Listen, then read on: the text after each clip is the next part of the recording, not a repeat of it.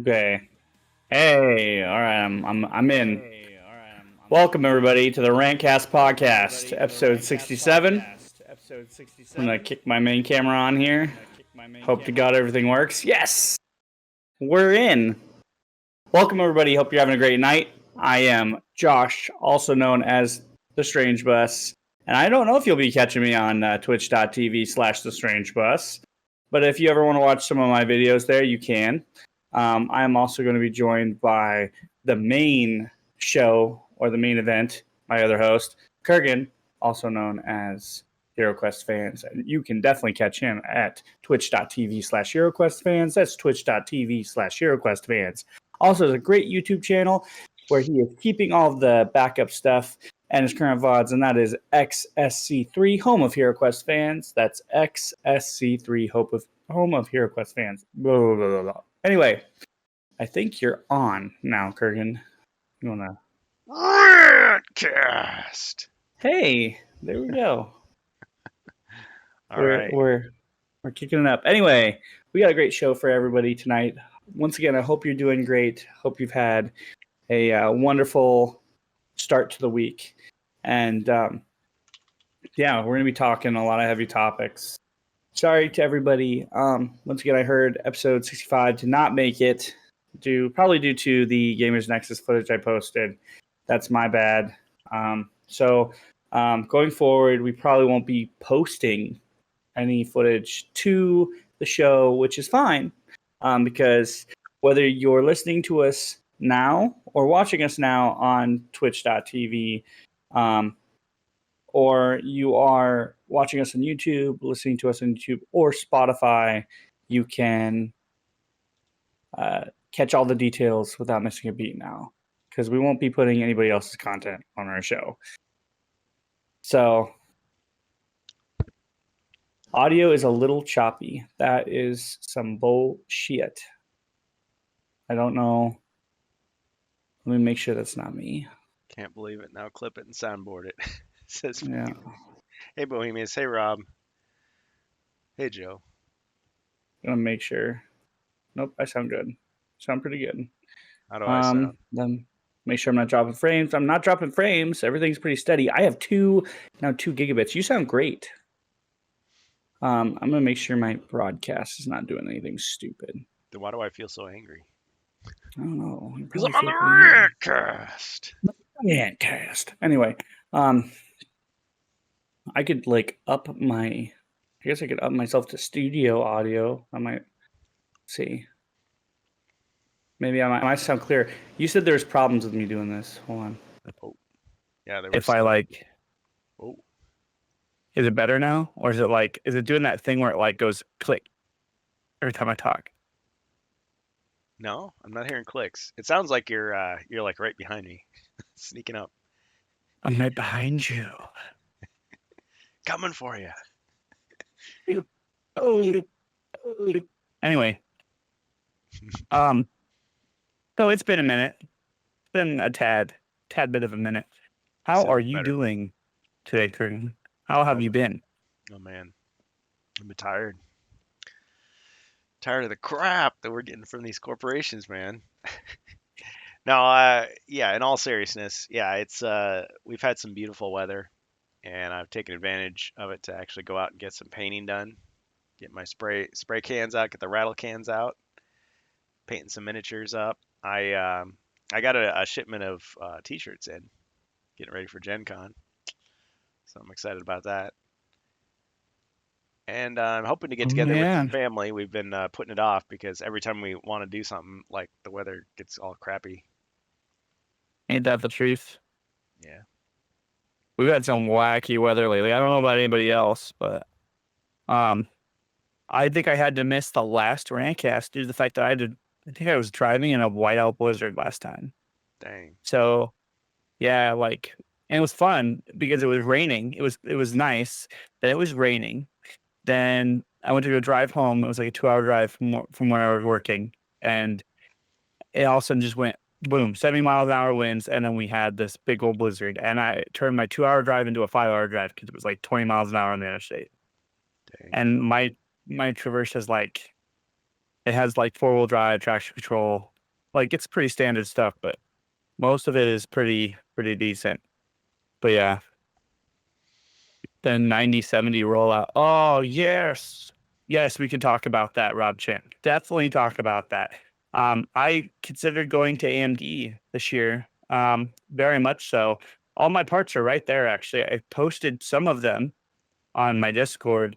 I didn't post this bad boy because I'm upgrading to DDR5. So I think I got the good speeds. I might have not gotten the good speeds. Might have fucked up because I had to order in a hurry because I wanted to get the parts while they were still good and why they weren't like literally. This is how bad the pricing was between Amazon, Newegg, and Tiger Direct. I would buy this, put it in my cart, turn around 2 hours later, and there was a price hike of $100. Dang. Prices would drop $40, then raise again. So, um, yeah, I can't. Oh yeah, 6600.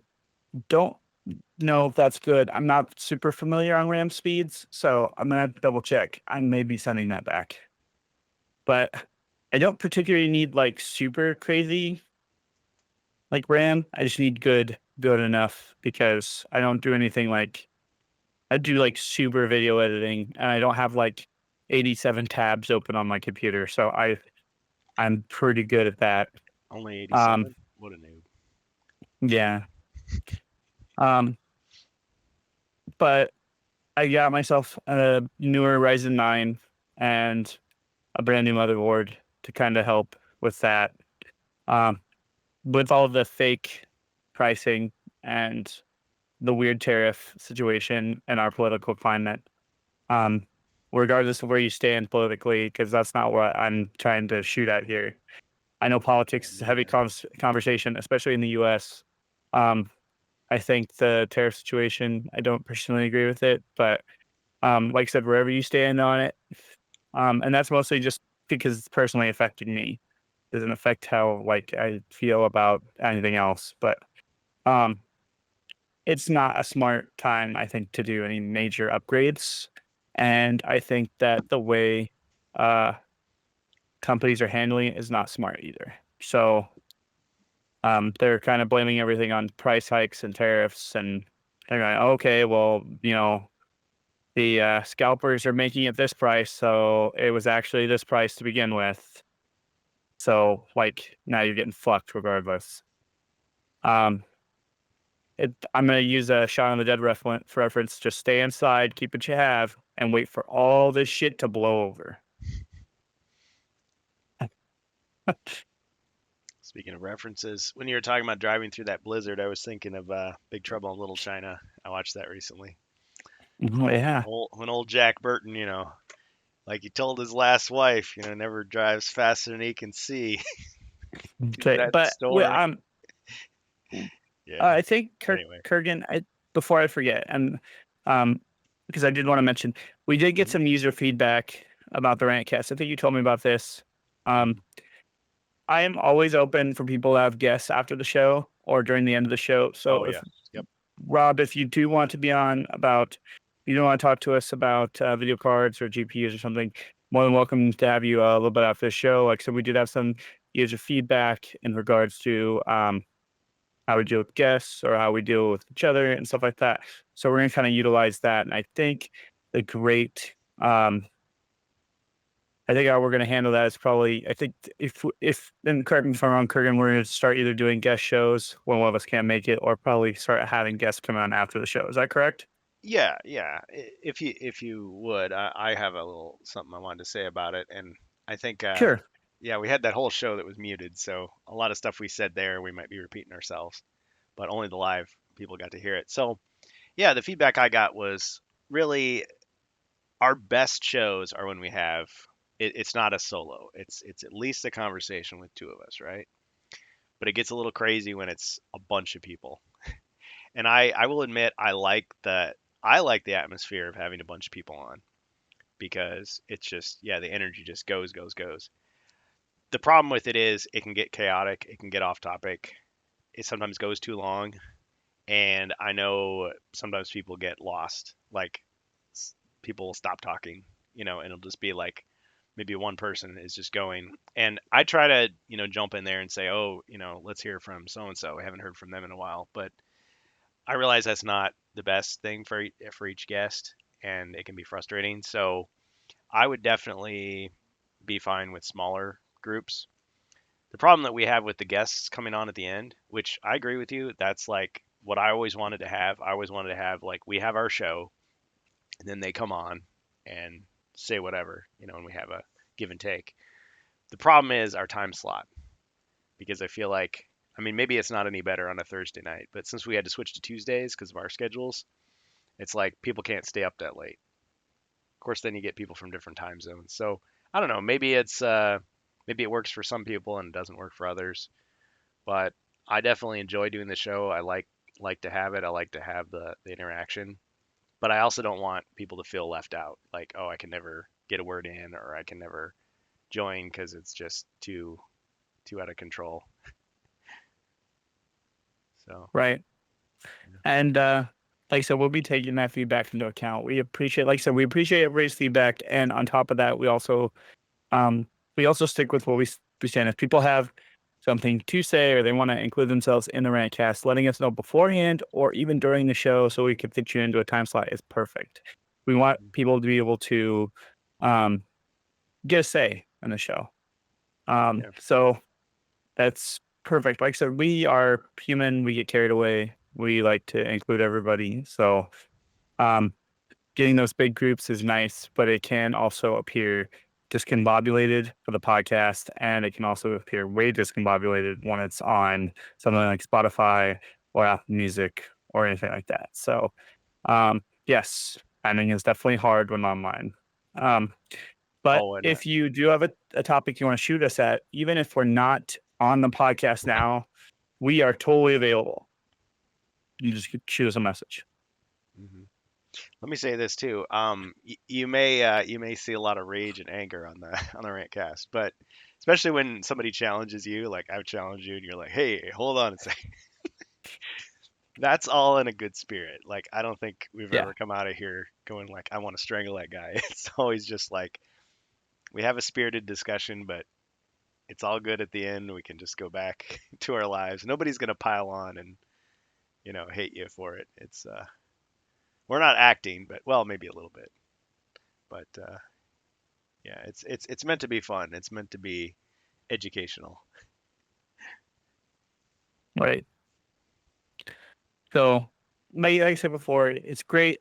I loved hearing from people, but like I said, as far as this show is concerned, yes, we'll try to get our topics done if we do have time. More than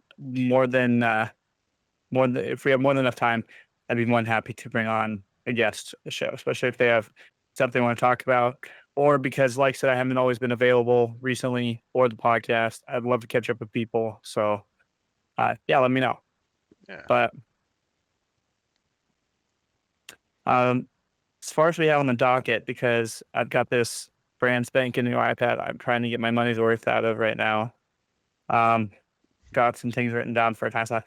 HeroQuest Power Hour, and then we've got, like I said, we're trying to be talking about the whole Twitch.tv/YouTube Mm. stuff. Um, Oh man. is it okay to have a video hosting site but not accept the responsibility for video hosting benefits? Okay. Um, so, and then I've got a couple of things in regards to, like I said, GPUs. We're going to kind of review that since episode 65 got completely fucking shit Wait. canned. So, um, kind of missed out on that whole thing. I'll kind of go over that a little bit. And then whatever we got left, if we have any other spare time. So, I yeah, think Kurgan, whenever you're ready. I think we should take the. I've still got the video saved of episode 65. I think we should do like a watch party or like commentary and just like complain about Twitch for 4 hours. Like that's when you know you've really made it as a streamer, as a vlogger. When you start complaining about the platform you're on, that's when you know Hmm. you've arrived. Yep. Dang, Bitch.tv. man, nasty. So we had some wonderful conversations. I thought they were wonderful, and I got some pushback from people saying, "No, no, no, you're wrong. You're wrong. It's not going to happen." But we thought we hit upon this idea of the direction of HeroQuest. And I hesitate to say that because when I say the direction of HeroQuest, that calls to mind images in your mind of like they were on a trajectory, things were fine, and all of a sudden they're going to take it into a bold new direction and ruin it. It's like, no, no, no. That's not what I'm saying at all. I think this conversation has been going on for a long time. Avalon Hill themselves put this out on social media. I'm trying to think, how was it, a year ago? Somebody remind me. Was it 2 years ago when they had an Instagram post and they said something like, "What IP crossover would you like to see with HeroQuest?" And people were like, "Oh no!" Like Ash did a video. Like lots of videos came out where they were saying, "Oh no, they're gonna mix HeroQuest with D&D. They're gonna mix HeroQuest with Magic the Gathering." The reign of Crazy Kathleen is coming to an end. Light is the end of the tunnel. Hey, we're gonna make it. We're gonna make it. Hey, Hey, Jason. don't dog it yet, because I'm gonna tell you, Jacer, one evil can be easily replaced by another. Yep. Just saying. And Dave Filoni is was great, but he may just be that evil. He's Just more letting you know. machine now than man. Twisted I and am evil. Yes, I have become that Star Wars fan that is no longer ruled by hope, but I have to see it now to believe it. So hopefully when she retires, we get somebody who is willing to take the reins and make Star Wars pleasing and less about profit. Yep. But yeah, go ahead, Kirkin. Sorry. Rant sabers. We're gonna start selling rant sabers. Sorry, Star Wars man. Uh, next topic. Yeah. So the whole discussion of what is HeroQuest going to mix with, and I had a conversation with a good friend of mine and his wife, and like he and I were talking about a mile a minute, and then she just kind of jumped in and said, "Well, what would be wrong if it was just a one-off thing? Like, why would you have to merge two franchises? You know, does this really have to be like Alien versus Predator, or could they just be just a one-off?" And so I kind of filed that away in my brain, thinking like, okay, a one-off. When you think about IPs crossing over, a lot of times you think of like Super Mario Opoly or something like that. Those are products that are very short-lived. They go on the shelves, collectors buy them, and usually don't even play them. They just buy them and then they're gone. So what would be the point of doing something like this? One thought was, well, maybe HeroQuest is in trouble and they're just like looking for ideas. Because it is true, based on the leaks that we've seen, Wizards of Morcar is coming out maybe towards the end of this year, maybe the beginning of next year, and that's the last boxed expansion from the Legacy line of the game. And so people are thinking, well, they committed to 2026. The last box is coming out. They're now looking for, well, what other content can we do, or is that it? So they're desperate for ideas. And I mean, Doug Hopkins, designer at Avalon Hill, was saying like, oh yeah, just tell us what you want. Tell us what you want. And it was almost like, oh man, are they that desperate? Like they need the fans to tell them what they want. Like they don't have marketing research. They don't know. So then the question was, okay, well, is this to save HeroQuest, or is this just, oh, maybe everything's fine, maybe their numbers are doing okay, and they just want to give the fans what they want? Okay, well, my initial thought was, okay, what they're going to do is they're going to go back into the Hasbro catalog and find something there. Better to start with something in-house. They don't have to pay licensing fees. They've got it already. They can just make a bunch of money. It's got to be something that's going to be appealing to both franchises. So if they mix HeroQuest and D&D, that could be a problem because D&D players have a very certain expectation of what their game is supposed to be. They're very protective of it, which is a good thing, I think. And then HeroQuest is kind of the same way. So it's like, would the two really merge? I mean, a lot of people have merged it together. It's like, okay, but the D&D lore is very, very well defined, whereas HeroQuest is kind of still finding its way. So would HeroQuest lose something by merging it to D&D? And then it's like, what would be the point? It would just be a D&D mod at that point. So a lot of people were kind of fearful of that.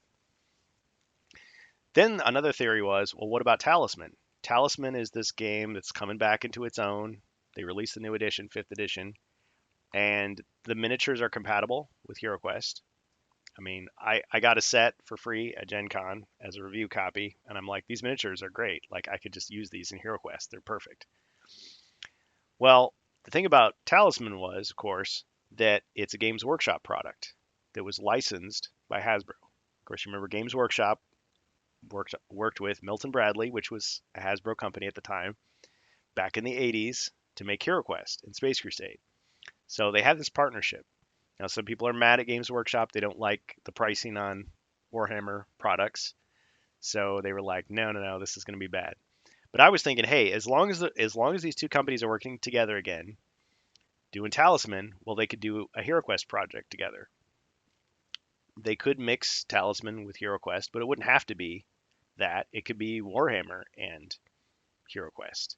You know, you could get classic designs again. You could get the Chaos Warriors again. Like, that would be pretty cool. Now, the problem with it is Games Workshop is a very different company than it was in 1989. So, would this be like a limited run product? Would it be like a luxury product that's, really expensive and it's for collectors and it's gone? Would it really benefit the most of the fans, or would it just be just kind of a flash in the pan? What purpose would it serve? Um, but the thing that happened at Gen Con was, and even Ribby, who was there with me, didn't see this, but Doug had this little staged conversation that was for my benefit with Craig Von Ness, designer of HeroScape, and he said something to the effect of, "Wouldn't it be interesting if HeroScape and HeroQuest came together?" And he said, "Oh yes, that would be interesting."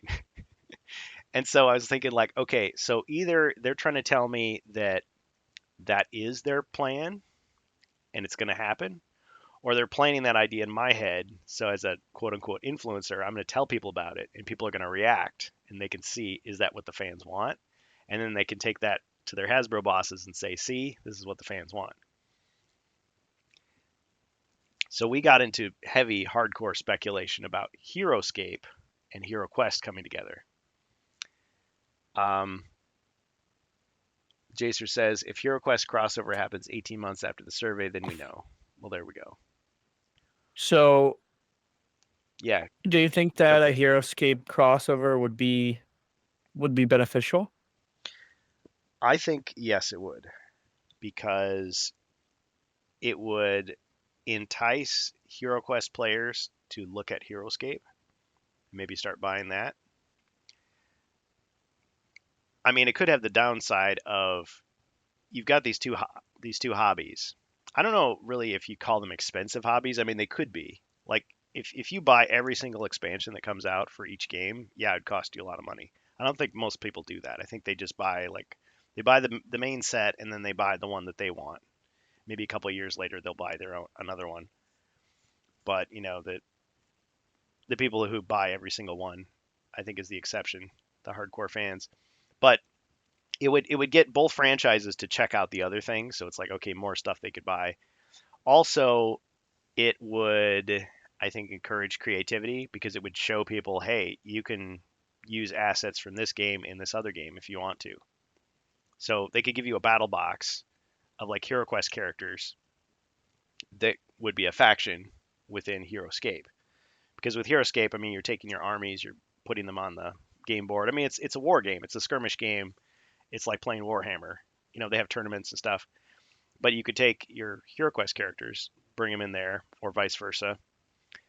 The thing about it that we were picking up on is there is a desire within the HeroQuest community to get all these specialized miniatures, all these specialized characters. Like when a quest mentions, Sir Ragnar, it's like, oh, we want the Sir Ragnar miniature. It's like they're not going to give you a Sir Ragnar miniature. It's a character that appears one time, and you don't need a specific thing just for that. But we, the hardcore fans, want that. So people have their own proxies. They 3D print stuff. They paint it to look like this guy and say whatever. But if they made it a HeroQuest battle box, the characters have names, most of them. So, you would have a specific barbarian, and this is Rogar the barbarian, or this is, Telor the wizard. They could have a mentor character. They could have a Morcar. They could have Zargon in there.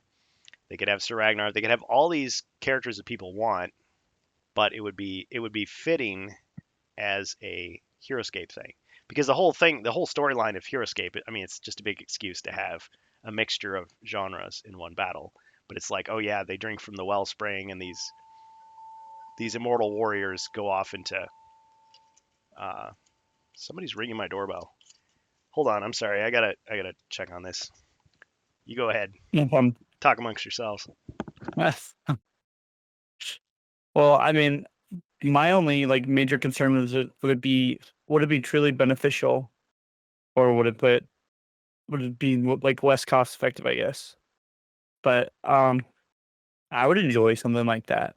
I mean, I'm all about having the miniatures for the game, so I guess anything that wouldn't be included in your regular HeroQuest box would probably be least beneficial for me. And like Jason mentioned here, so after you write HeroQuest First Light, you can buy the HeroScape HeroQuest Master Set for Monster Sculpts. Does anybody have a comment on pricing though? What would you think would be a reasonable price for something like this? That would be another concern of mine, would be pricing. Or I don't know, would Hasbro be putting this up for um kind of like their what is that site they use for their donation sort of deal? Is it like their Haslab? Is it the Haslab thing? I can't remember. I'm gonna have to ask her again about that. Pulse. It is. So I'm not huge on the hey, we'll make it, you pay for the creation of it sort of deal. But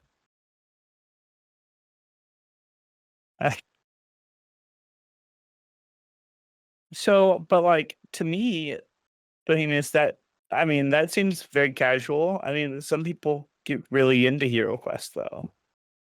I know a lot of people who are into Warhammer though. Like my friend Chris is like mad into it though. Like so I could totally see it, but you know, I don't know.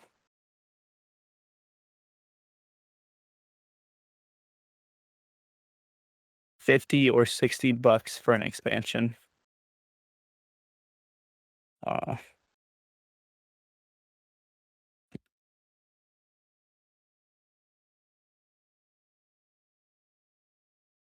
Probably be on the Renegade store. All right, I'm back. Oh, pizza guy? No, no, my neighbor is just locked out. All right, Oh, yeah. So we're talking about HeroScape. Yeah. So it was like, have we moved on? Let's see. So after you buy no, HeroQuest First Light, I was mentioning like about fair pricing, and would this be something that like maybe Avalon Hill or Hasbro would be actually making, or would they put it up on their like website where you have to like pretty much like pay for well, the so creation of it? okay. So this is a little more complex, but so HeroScape players have been commenting that the new product is kind of expensive. I mean, HeroScape was always kind of a higher end game because it's very plastic heavy. I mean, you've got the detailed miniatures, you've got the terrain is all plastic. Okay. And but people collect the stuff. I mean, the more you buy, the bigger, stronger your army can be, right? And it was kind of like your Magic the Gathering, but in plastic miniature form. So people were buying like, booster packs and all this stuff. So I don't know. I mean, I've been told that the pricing of the battle boxes is a little high, like before the tariffs and everything that everybody's going to talk about, like before that. So yeah, 50 or $60 for an expansion.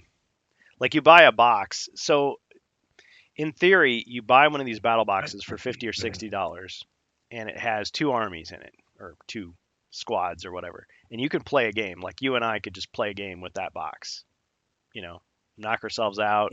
You hate the game, you throw it on your shelf. Well, okay, whatever. But yeah, for the same price, you could buy First Light and play Hero Quest and get 10 quests out of that.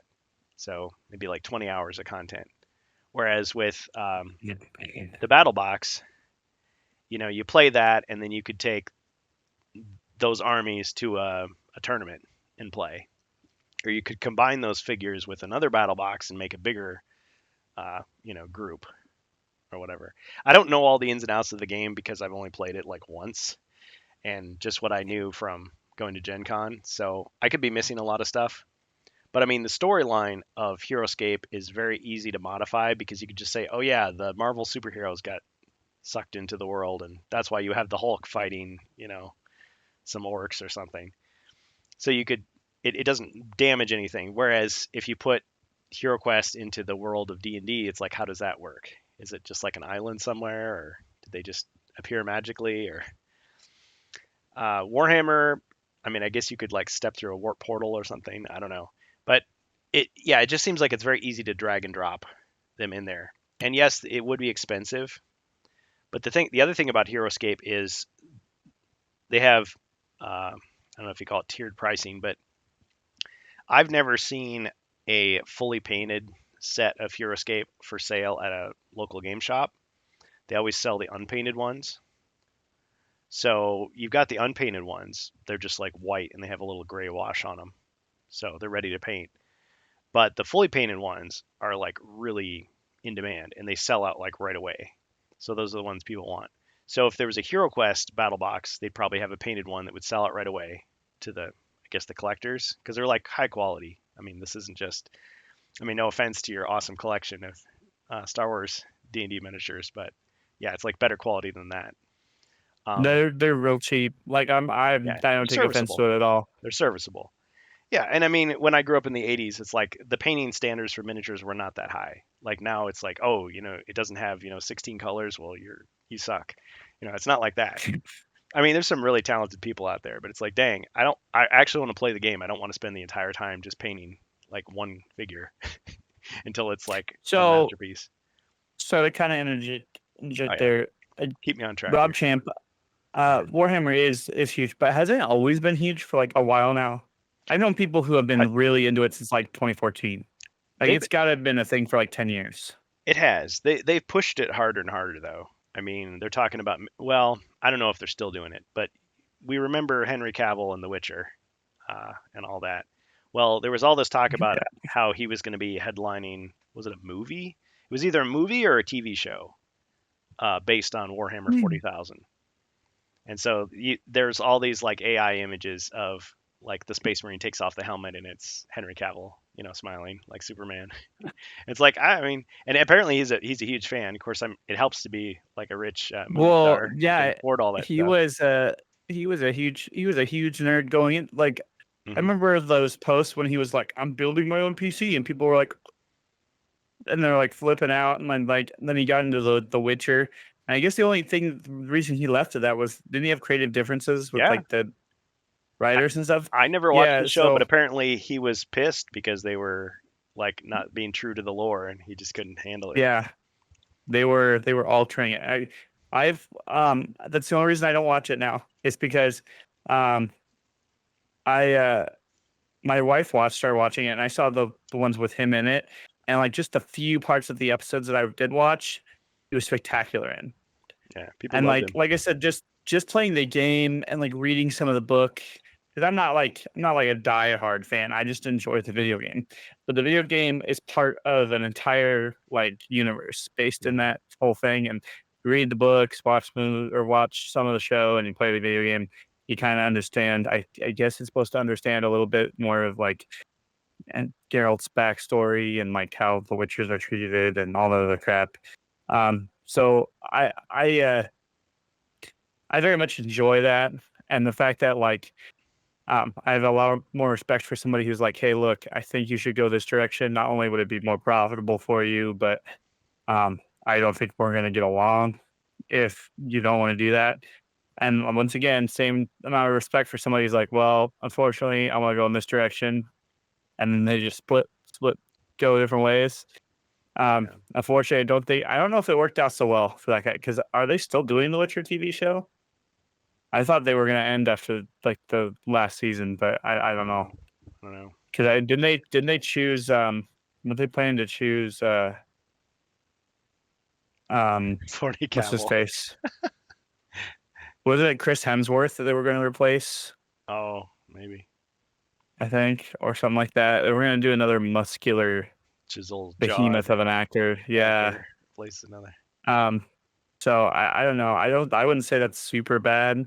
to be honest, but Well, it's just such a different the thing about personality. Warhammer is, I mean, it's a Warhammer 40,000, Warhammer Fantasy. It's always been a UK thing, a British thing, but I mean, it's crossed over into the US market, and yeah, they've had lots of video games. I mean, Space Marine 2, everybody remembers that. I mean, I got Space Marine 1 because of the sequel, because I'm like, well, I always saw this game, I never tried it, and it's fun. It's pretty basic, but you get to smash a whole bunch of orcs with your little blue guy with your armor. It's like, why not? So the thing about 40K though is, so they're trying to branch out. That's weird. I'm hearing like little distortions in the background occasionally. I don't know what's up. Like, it sounds like I turned into Gollum for a second and I said, weird. Well, anyway, Is it still happening? no, it's not Spooptober yet. If they made a Spaceballs 40 Cavill movie, I would go to a theater to see it. Well, the thing is, Warhammer is, I think it's trying to be, and I hate to make this comparison, but it's kind of trying to be like what Star Wars was. Like, Star Wars starts out, it's like, okay, it's a nerdy sci-fi movie. All right.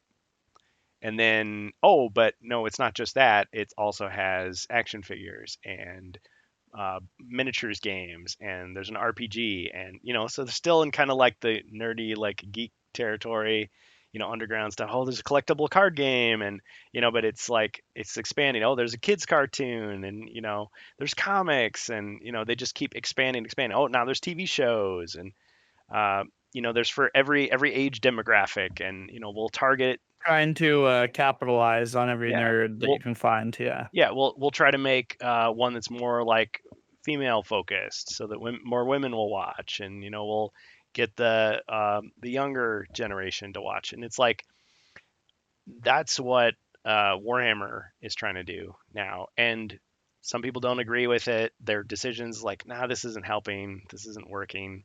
What are you even doing?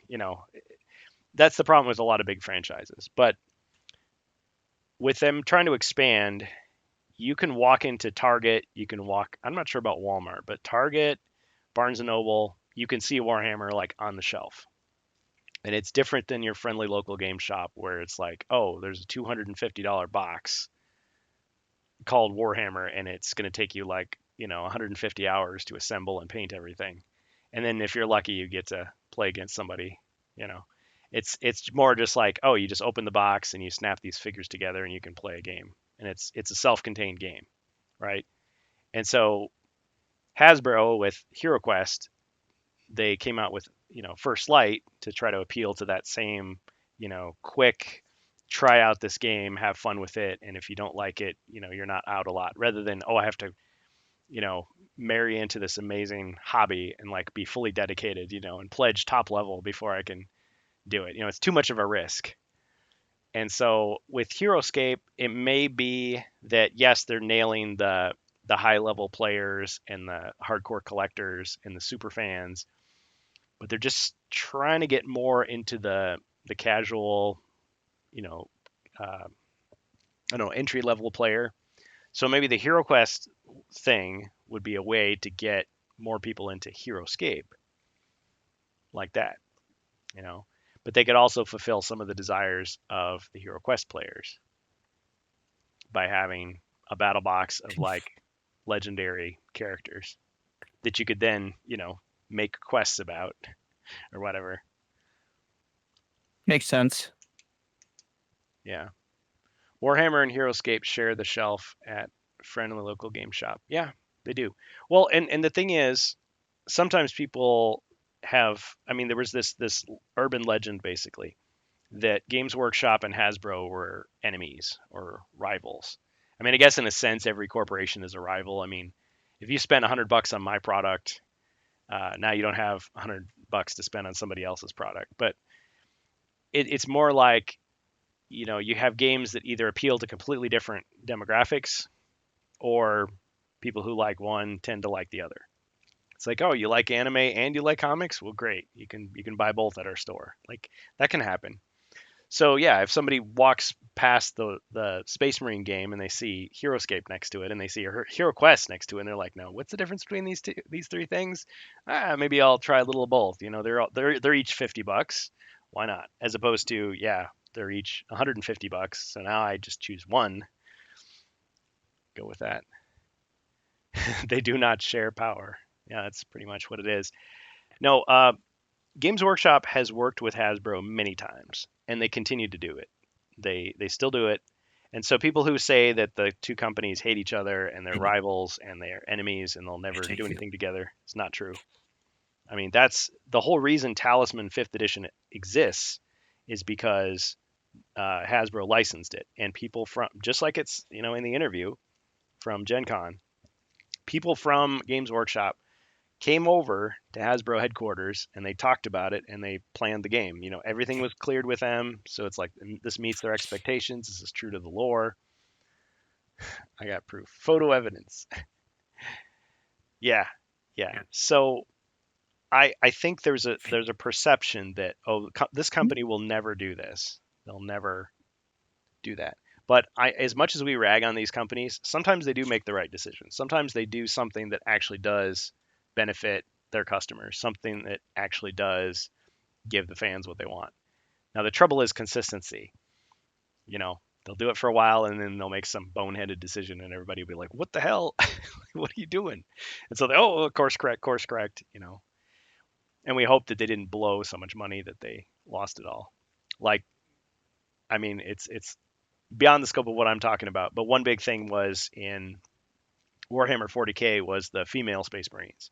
Like, people blew up about that. They're like, there were never female Space Marines. They were always all guys. And you might think, gee, that's really sexist to say that. But, well, they had the Sisters of Battle, who was an all-female faction in 40K. This is, me as a casual fan understanding it. It's like, okay, so what are you going to do with them? So it was this whole big hullabaloo. But people who are casual fans have no idea. They just go, oh, here's a cool-looking character. I'll buy it.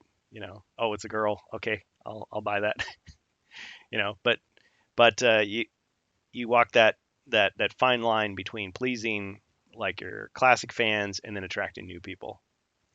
And I feel like Hasbro's Avalon Hill has done a really good job with HeroQuest. Games Workshop, they kind of go back and forth. But HeroQuest is fairly new. I mean, the rebirth of HeroQuest only happened 5 years ago. So they still have time to screw up more if they want to. But I'm hopeful for the whole. Long story short, I'm hopeful for the crossover idea, because I was thinking HeroQuestopoly or something like that. Who cares? That's just a waste. That's a waste of their resources to do that. Like Monopoly for HeroQuest. Yeah. Just be you're going around the board and it's like, oh, I stopped at Keller's Keep. I'm going to buy that for 50 gold. And and the miniature is a metal barbarian, or it's a sword, maybe. I don't know. Oh, that's another thing we don't need is more Monopoly tie-offs. No, that's the only reason that company's still making money is tie-offs. There's an entire corporation called USopoly, and all they do is they look for IPs that they can license so that Hasbro can stamp their thing on it, and you package it and you sell it, and there it is. There it is. We'll riot in Minecraft. Yeah, so I feel like if the Avalon Hill people have their way and they're handed this task, this is your assignment, you've got to promote this other IP, they will put their heart into it. They'll do their best to make it something that fans actually want. And if it happens to be a HeroScape mod, maybe I'll play a little bit more of HeroScape. If it's Talisman, if it's Betrayal, I mean, HeroQuest Betrayal would be kind of weird, but all of those games have the same form factor for their miniatures, with the round bases and the bendy plastic. I'm starting to hear the Gollum voice again. Are you? I can't do Gollum very well, so. Yeah. Here, maybe if I take the one ring off, that'll stop it from happening. The voices will go away. The madness. Look, Gollum, get out of here. He kept the ring. I don't need you here anymore. It was his birthright. He'd be damned. If some orcs got a hold of it I can tell you what you could do with that ring. Shove it up your ass. for 500 years, it poisoned his mind and his ass. Yeah. So anyway, yeah. So as far as HeroQuest goes, I mean, we've heard jack all for news. It's been a drought. Um, some somebody called up Hasbro Consumer Care and asked for the PDF of Jungles of Delthrak, so you can have like a digital quest book, to refer to on your computer. Which I think that's very useful to have something like that. I'm doing a quest, and I'm either balancing the quest book on my knees while I'm playing at my table, or I've got it up on my screen. It's much easier. Well, anyway, they don't have it out yet, but one of the guys called up and they just sent him a file. It was in German. It's like, okay, well, at least they've got it. So now people are sharing it around. And it's just so funny because it's just like, can we just like run this for Google Translate and send it back to you? Like, is that what it takes? Like, where's the unpaid intern to upload this to your website? Like, what's the deal? I mean, I can understand if it was like 1990, it's hard to do this, but now it's like, I don't know, just basic stuff we expect from the company, they just don't do. And so it's always curious because we don't know what's happening behind the scenes. This company that appears to be making, money hand over fist, and they've got like just tons of stuff, and then they cut something. And it's like, well, where are they reallocating the stuff Because to? that's the point, and that's where we're going to get out soon enough. Is that's Yeah. the point? It's just to make money, right? So Oh yeah. I hate that was the trigger word for me. Yep. Was money. Trigger. I hate to say it, a lot of people become complacent with the fact that if you're making business, your main object is to make money, which it is the point, right? Don't get me wrong. I'm not here to prove people wrong here. Your main point of business isn't to sacrifice your livelihood for other people. You are there to make a profit, but the whole point to have a business is to make money and serve the people. And we have completely forgotten on how to serve the people. You still need to make a reliable product and make money. Some people can't do that and they just make a product, but now we no longer are leaving the rule of making the product. We just need to put something out there that people are stupid enough to buy, I feel. I'm not saying that with HeroQuest here at all. Oh man. I'm just saying that a lot of current people run that philosophy. We had a dust up on our Discord, our HeroQuest fans Discord, about that because it's a common thing. It's like, man, don't be such a sucker and don't be an idiot and buy this. It's like, I bought 2 copies. You saying I'm an idiot? Saying I'm a sucker? Yeah. Okay, but see, To some people, says it's quality. Yeah. Jason says quality equals repeat business, but that's not always the case anymore. Because how do you interact with us on the RantCast? You interact with us online. Most of transactions now are no longer done face to face. And if they are done face to face, it's somebody you don't give a shit about.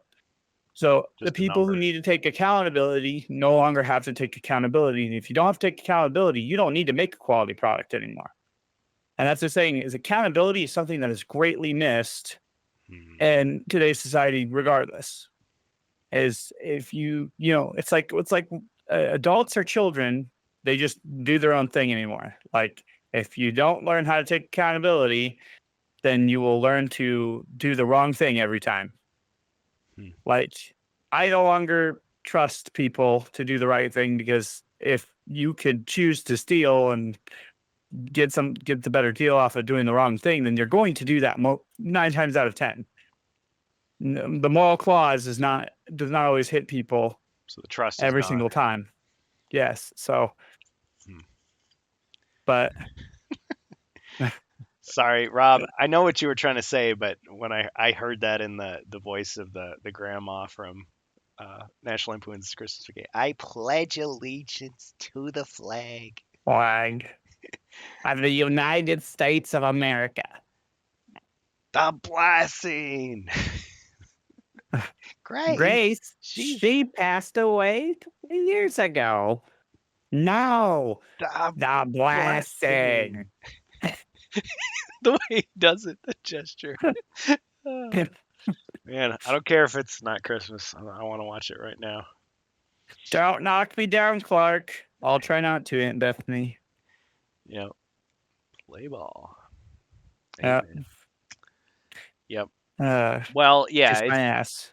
I Yeah. kiss his ass. Happy on. Yeah. So there's definitely people. Pick any big evil corporation you can think of. There's good people there who are actually trying to do a decent day's work, but unfortunately, they don't always get their way. They don't always win out, and we have to say something. If we don't, if we don't at We're least gonna put lose it. a token resistance to it, they're just That's gonna how he is. keep on going. I was watching, like I said, I was doing a job at Grand Island, and I was listening to a YouTuber who, like I said, I brought this up before. I think I was listening to a YouTuber who I don't mind listening to, but he does make some really stupid ass comments every now and then. And one of them was, and like I said, it it makes sense, but I still don't agree with it. The thing is that he was talking about how there's a YouTube artist who charges people $50 for their work. And there was one guy who put 8 hours into his work Hmm. and had a problem for the fact that he was getting paid that. And the guy said, well, why are you doing that? Because the second guy is literally putting scribbles out there for the hour and doing it for an hour. He's doing it a very lazy way. It's getting accepted. He's putting it for an hour. He's getting paid $50. You feel like you should be getting paid more, but the guy won't do that. Go find another line of work. I can share the dude's pain by saying you shouldn't be getting paid slop. That guy shouldn't be doing that. He should be trying to build rapport with his workers. But at the same time, I can understand the other dude say, hey, go find another line of work. If you feel like your skills are better, the guy's not giving you what you need to, while you're in your current state of employment, find another line of work. Instead of bitching online about how your job sucks. But at the same time, there's a difference between bitching and saying, this guy who runs this business is not running it ethically. Yeah. And what he was saying was like he didn't see the problem to this dude paying $50 for Slot Fest and then wiping his hands clean by saying like we don't give anybody credit because we like to stay anonymous and blah blah blah. No, he was doing that so he could make money and not take accountability for anything when people said that his stuff looked like shit. So Yikes. and that's what I'm saying is like we tend to avoid, especially a lot of the younger kids tend to avoid that thing, and I feel like we are rolling over now when it comes to Hmm. things that we used to own, because I feel like we make progress and then we go backwards. Like we're Yeah. making innovations in technology, but we should be making those innovations and steps forward, but we go to innovate and then we take 3 steps backwards. Hmm. Like the whole subscription fad is ridiculous, I Oh yeah. think. Like, and like I said, that might be an old man rant, but like at the same time, we used to own a good chunk of our products. They used to own because they were physical. The digital age came into a rendition, and we looked at it like, oh, cool, we can have digital copies of things. They can go on multiple devices. Nope, they can't go on multiple devices anymore. You have to have licenses. You have to have permissions for certain things. The whole Now thing you was have to convenient. subscribe to own it. Yeah. Yeah. So yeah, and now you have to pay for convenience. Audio jungle. Artists don't get paid. So Yes, Jacer. Sorry. Sorry. I got excited there yeah. for a second. Yeah. So Warner So Brothers, I was going to talk about this last time. Warner Brothers is replacing, thankfully, I'm surprised they're actually doing that. All these companies were saying, oh, getting rid of physical media. it Yeah, replacing DVDs is impacted by disc rot. by this. I'm hearing Gollum again. Weird. Yeah, they're being replacing DVDs. That's what it's, it's so weird. Okay, yeah. So they call it disc rot. So these basically poorly manufactured DVDs from 2006 to 2008. Did anybody else hear that? I don't. I'm not Yeah. hearing it. Well, if it's So let us know if you're hearing it. yeah, I'm hearing things. Yeah, so a large number of videos in the Warner Brothers home media catalog. Um, DVDs were supposed to last, an individual disc 25, 75, 100 years, but yeah, these did not. So you put them in your player and it like just doesn't play at all, and you see like little specks that look like black mold like inside the disc. because like the layers are separating or like there's air trapped in there. I don't know exactly the chemical process, but it was a huge screw up. And so you're supposed to contact them, check all your disks, contact them, get replacements, and hope that the replacements don't suck like the original ones did. So it's just like, that really sucks because, yeah, it was always like, well, okay, these companies are screwing us over with the digital content, but at least we've got our discs from back in the day. And if we take care of them, they'll last a lifetime. It's like, not all of them. So that's disturbing. But yeah, that's being reported on a lot of different websites. So it's a real planned obsolescence. Planned obsolescence. Well, I mean, I always thought of it as like when MP3s first started, Napster bad. Remember that? So it was bad. It was really nasty. It was like, okay, you've got your vinyl records, you've got your CDs, but isn't it convenient to have an MP3 that you can just throw in your tiny little MP3 player and go jogging? You don't have to carry a Discman with you. Those things are huge. Right, but everybody knew the quality was compressed, like it was degraded. It wasn't the full experience, but it was disposable. It was convenient, and you could still go back and listen to the album, right, on the vinyl or the CD. Yeah. But then you start to get where it comes to the point where you buy a game and you open up the package and there's nothing in there. Like it's just a code. Well, and now you can't because like it's getting to the point where we're trapped now, and like making product costs more money than selling nothing. Mm-hmm. Because that's what you're selling. You're selling nothing but digital air. Like you're just copying the file and streaming it to somebody. Why sell it even though it costs you pennies on the dollar? But if you sell enough copies, it's going to waste money for you. Why sell it when you could? What is it still bad? Bohemius. No. Bohemius' comment. This disc will self-destruct in 20 years. Good luck, agent. Yeah. Well, Bohemius. Yeah, it's funny that you mentioned that because Disney, when DVD was a new thing, like you had DVD and you had DivX. DivX was the product where it was a rental service. Like the disc would only play one time, and you had to pay, and then you could like unlock it for a few more, or unlock it for a lifetime. Yeah, your player had to connect to the internet with a modem to renew your subscription. But anyway, it failed, and people were so happy. But Disney came out. Let me say that. Trust me, you want to hear this. But that proves my point, though, is that we've tried this.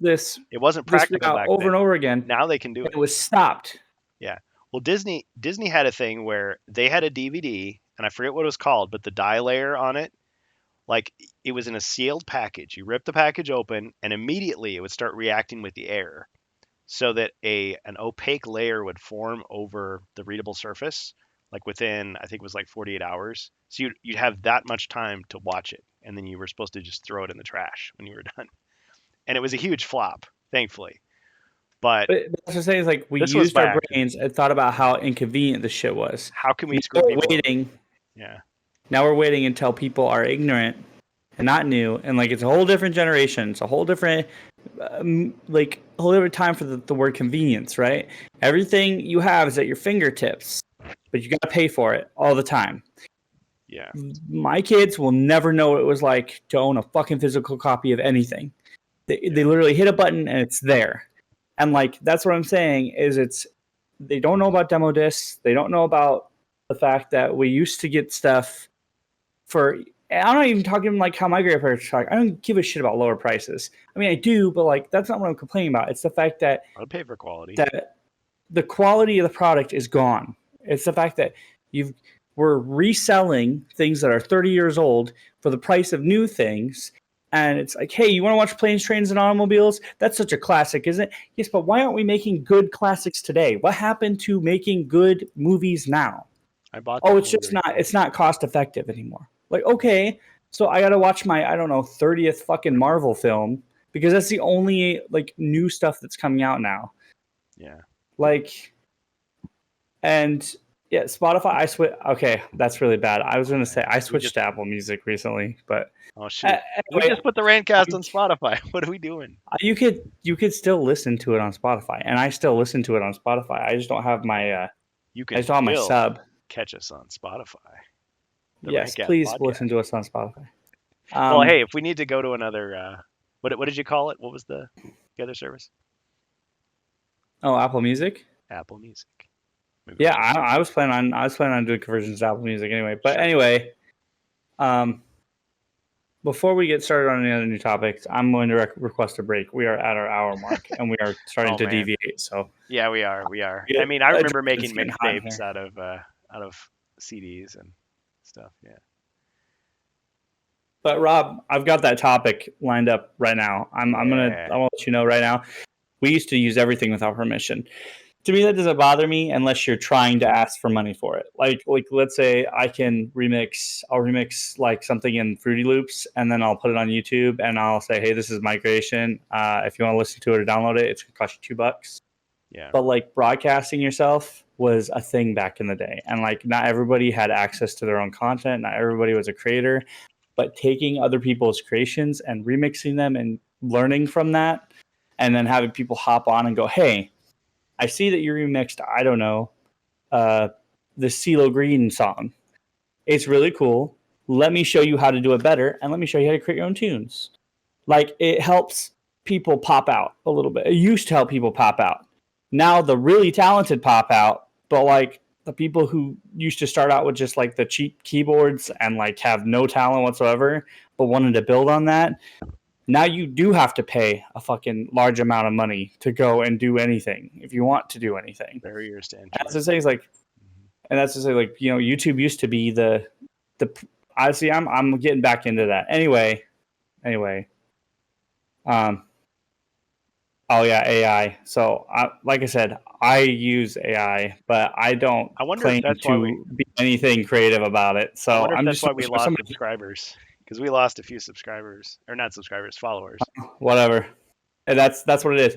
I think AI is useful for certain things, but I'm going to let people know as a disclaimer, I take no creative input for the songs I made. What I did for the RantCast podcast is I wrote those lyrics myself. Yeah, that was it. Mine too. Yeah. The AI did the rest, and that was it. Yeah. But that was it. I don't have any other. I don't claim to. If you want a copy of it, it's free. It doesn't use anybody else's background tones. I didn't do any hard work. So did you? And that's it. People asked me for the file. I guess I should just put it up because I was like, oh, it's not ready yet. Because I was thinking like, yeah, it kind of sucks. It's kind of experimental. Suno.com. I bet he is. I bet he is kind of a jerk. Like I said, I use it for when I need it. But it is a useful tool. Suno is a useful tool. Like out of all of the other AI places, like even the one that I use for Apple Intelligence is shitty as hell. So like I said, it's useful if you know how to use it, and you don't just hit a button that says, "Hey, create me a country song." Oh man, so, I played the HeroQuest song with country. It was pretty funny. But like I say, if you want to remix stuff and you want to do something, you don't even have to pay for it. There's ways to get around it and all that stuff. I'm not going to do that. I'm not going to say that online. But like, yeah, I bet. Like I said, I don't have any respect for the people who claim. Like I said, I know a graphic designer who is losing a lot of work over the AI. And like I said, Rob, we could talk about that more because I'm right behind you on it. The only thing I play devil's advocate is that AI is a great tool to use for people who are doing stuff themselves. Yeah. But you got to put the work into it. I don't claim to use it for work. I don't claim to use it for laziness. So you use it as a base. So use it as a baseline to help you for like one thing, right? Sure. But for like this is a free podcast. I don't charge anybody for the podcast. Even if we go, like, even if we get past, like, I don't even, like I said, me and Kurgan have made that. We've talked about that. We don't make, we use it as an assistant. Yeah. It is and that's what I'm saying is like a lot of people rely on it to do their everyday life, and it's not a perfect system. No AI algorithm or server or backend is perfect at all. Even the really good ones, they fucking make mistakes. Well, so I got to be careful too, because the last couple streams of mine, I did play an AI song at the beginning, and it's just like, okay, well, if somebody's subscribing to me, they're paying me. So if I become reliant on that product, it's like, what's the point? What am I even paying for? Because if I were a subscriber, I'd just be like, well, I could just do that myself. I mean, but then I'm thinking, well, but that's just like the first, 3 minutes at the beginning of the 3-hour stream. I'm doing everything else, and my guests are doing everything else. Like it's not, I'm not, just generating something and pretending it's a product that's worth your Like I money. said, I would show people a good example, but I can't do that on the stream. You just have to go to my Suno account and check it out. I have really good examples of stuff that I've done in Suno with work. Suno. Like I wrote the lyrics, and I did the. Yeah. I even wrote back end music stuff. Like I told it what to do. I spent like 2 hours designing that, and it actually did something. And then there was something where I used other lyrics for a song, and it told me that you can't do that. And then I just changed one word, and it let it go. No copyright on AI. That was it. Oh, yeah. Well, Supreme Court case. Its copyright protection sucks. So. Yeah. Well, the thing about YouTube, I mean, as much as people complain about YouTube, it does allow you, after you've posted a video, if there's a copyright claim on it, it'll actually let you erase that audio without just muting it. But Twitch, on the other hand, they just mute your whole video. So there's no copyright on AI. So if I played a Suno song called Bot Smith, Here It Comes, which is a ripoff Will Smith, and it sounds like Will Smith and sounds like Here I Come by Will Smith, we won't get audio jungled. Because he trained on his voice. People did freak out when it's really fucking close. Oh man. See, I don't want to give the impression that I'm trying to cheat somebody. Is the thing. But that's what I'm saying is like that's how I don't. But that's what I'm saying is like I don't use stuff like that for that intended purpose. I'll do a crappy Arnold impression. I won't do an AI of his voice singing, a song. Although that would be kind of funny. Because just to show how oh hell no. Just to show you how crappy Suno can be for artists. And like if you're an artist, I would recommend, if you actually have the talent on multiple instruments, guitar, drums, stuff like that, and if you have the money to spend on good programs, go do that. I do not. So, and I am not spending $600+ just to use the intro song for the RANTCast. Even though I probably should, we're worth it, but I don't have that. So, like I said, I've experimented with all that stuff. Don't get me started on Adobe. I'm not even talking about Adobe, bro. Like there are 3 or 4 other programs you could use. We're getting sucked in. Should we go to break? Yeah, we're gonna take a quick break. But yeah, stay angry, folks. See, I like this. This is good. This is good stuff. Yeah. See, you're missing. But yeah, here I'll even use that. This BRB song was done in AI. All right. I take no credit for the hard work that I used because it took me about 30 minutes. Yeah. I'm sorry. Yes, please donate to your artists. Please go out and buy physical media because we do recommend that. Support your local. But with how uptight Twitch is being, it's really all I can use. I don't have anybody who makes music in my family, or in my personal circle. So, nor do I have the $500 people want me to spend to make a whole fucking song for them. So, until we get somebody who can make a RantCast podcast song, this is what I've got. So, I apologize, and we'll be right back, guys. Sorry, Star Wars man. Yeah, sorry, Star Wars man. Sorry.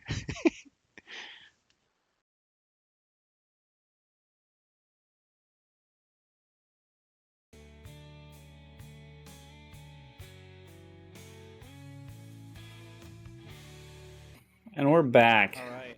Go ahead and bring Kurgan back on the line. We are both back on with the RantCast podcast. Let me go ahead and I'll switch this over. All right. Wait, what's the name of this podcast again? Oh yeah, it's the RantCast. The neighbor's probably like, "What the?" That's what I said. It's yes.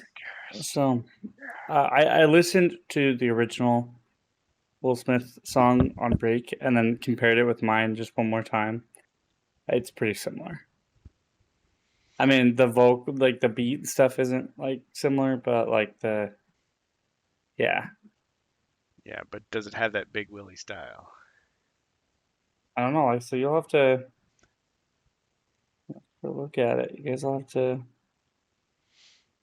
He's Can I even? He's gonna come over and slap each of us individually across the face.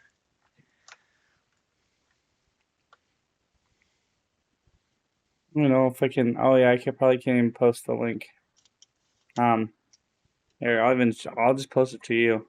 You can listen to it yourself, and you can, if you want to, you post it in chat. That's the one that I created, and then just listen to the original. It's pretty different, but like the lyrics are very similar. I just took out, because it's supposed to be "Here Will Comes," but I switched around and put "Here It Comes." I wanted to test how well it would capture copyrighted music, and it does not capture copyrighted music at all. Dang. You just have to change a couple things in the lyrics, and it did so well that it captured Will's face and his voice. Dang. Scary. Yeah.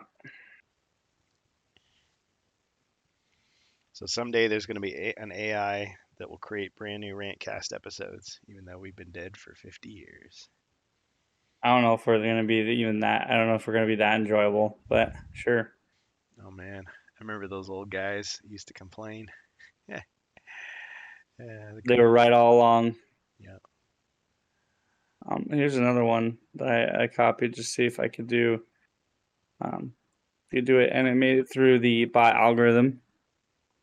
If you look up Tech9's "Welcome to the Midwest," and then you look this one up, very similar.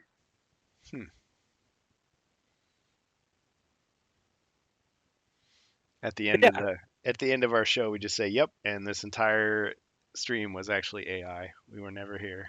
Like, what? No, because if that was the case, it wouldn't be able to do my hands right. That's right. I'd have like your hands all like messed up, weird. Or my nose would morph every now and then. Oh man. Yeah, I saw a parody. I want to say it was probably, I was like in the middle of the night. It was like, oh yeah, it was like Terminator. It's like at first they imitated human behavior, and then but it was the hands. The hands were the dead giveaway. So the Terminator bursts in and it's got the weird hand. Oh yeah. Yeah. So I mean, like I said, AI is a great tool, but I don't think it's the tool that everybody cracks it up to be. No. But companies like to use it because it saves them money. Yeah, scammers like on resources. Scam people.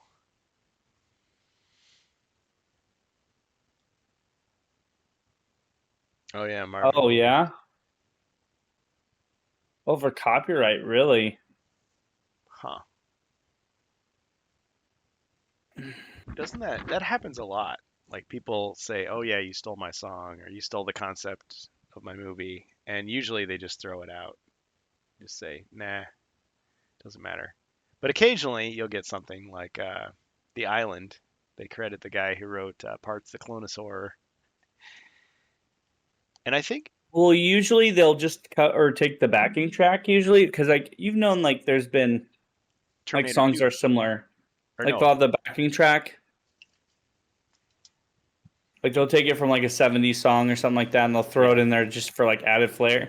And like usually nobody will give a shit. Yeah, but like then there'll be people like this that are really fucking stupid, and they'll try to go a little too far because they're lazy. Yeah. But yeah. Terminator. Oh yeah, yeah. Inspired by Harlan Ellison. Yeah, it was Vanilla Ice and Queen, MC Hammer and Rick James. Yeah, but that was a lot of the backing track. Like Vanilla Ice just fucking relied on the backing track for that song. Because that was Pressure, wasn't it? Yep. Pressure. Yeah. Pushing down on me. Pressing down. Yeah, that was like Yeah, that was a lot of the backing track though. Like I just remember like some things would take certain songs from like this. I can even give you an example right now, but you would hear it like as like the like part of the chorus. It'd be a backing track for part of the chorus or something like that. It'd just be a Or certain part of the beat or a riff, and then that would be it. Like that was like the whole fucking song. yeah, yeah. There's a lot of songs, especially growing up in the '90s. Like you'd start to hear a clip of some other song, and then it would just go into the new song. And it's like, okay, so it's just at the beginning. You could just cut it out, and it didn't I don't matter. even know who the fuck Tone Loc is. That's how Funky Cold touch I am with. Medina, Oh, Wild okay, never Thing, mind. Nah, Wild Thing. I remember that. Okay, never He mind. like sang at my school, and everybody was like, "Wow, what a vulgarian!" Never mind, Like, Joe. what? I'm just stupid because like here I am trying to think of somebody else. Like I'm trying to like, oh god, you guys are naming off probably If you somebody else. Never mind. I'm if you just hear the beat, out of yeah, it.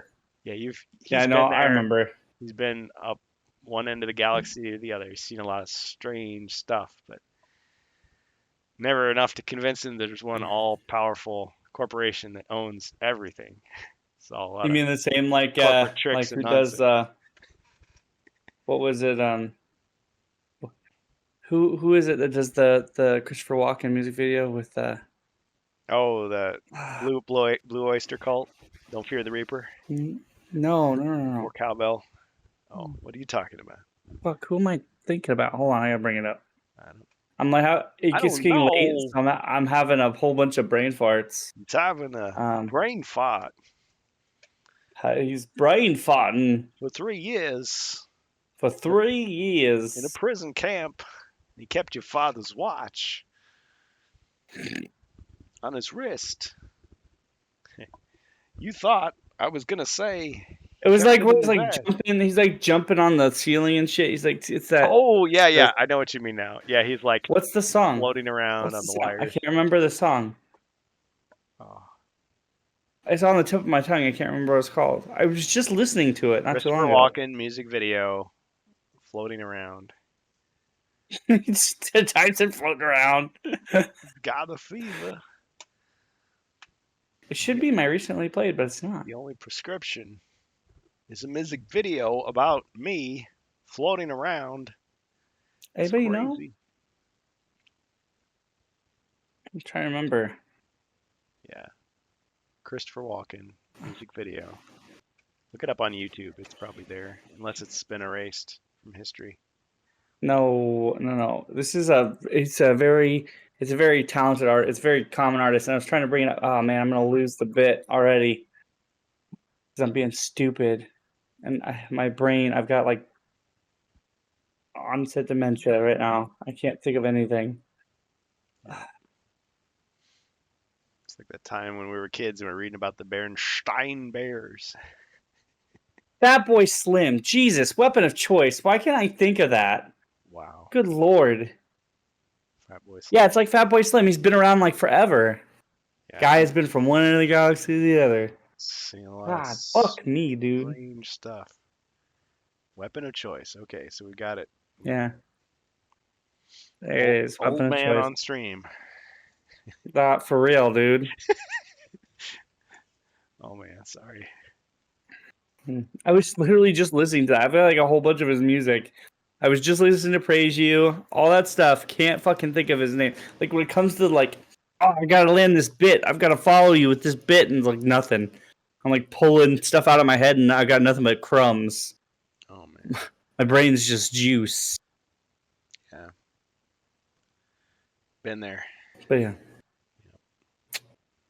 But yeah, AI is I think it's a useful tool. Not great for I like just reading ripping comment. shit. Not old What? collectible.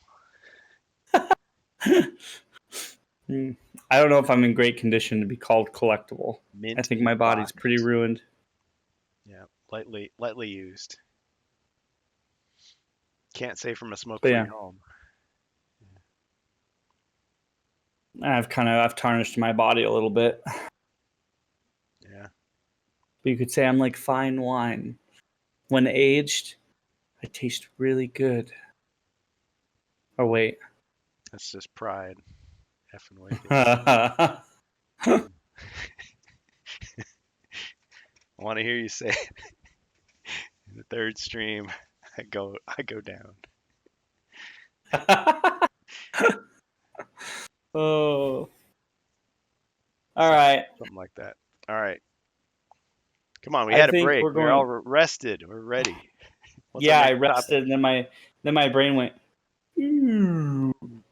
shut down. GPUs and stuff on the market. We're gonna kind of go into the same thing with like price hikes and stuff like that. People blaming price hikes. With all that other stuff. You are a stormtrooper that can no longer stand on his own because the hips are all worn out. Oh. Yeah. Toy Ploy had a solution for that. Dental floss. You wrap the dental floss around the joint, and it blends in. Yeah. Wow. Yep. That's me. Yeah.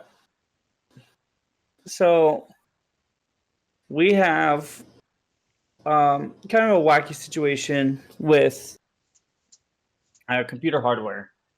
I recently bought. Show it on camera. This,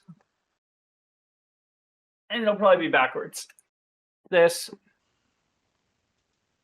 and a little bit of this.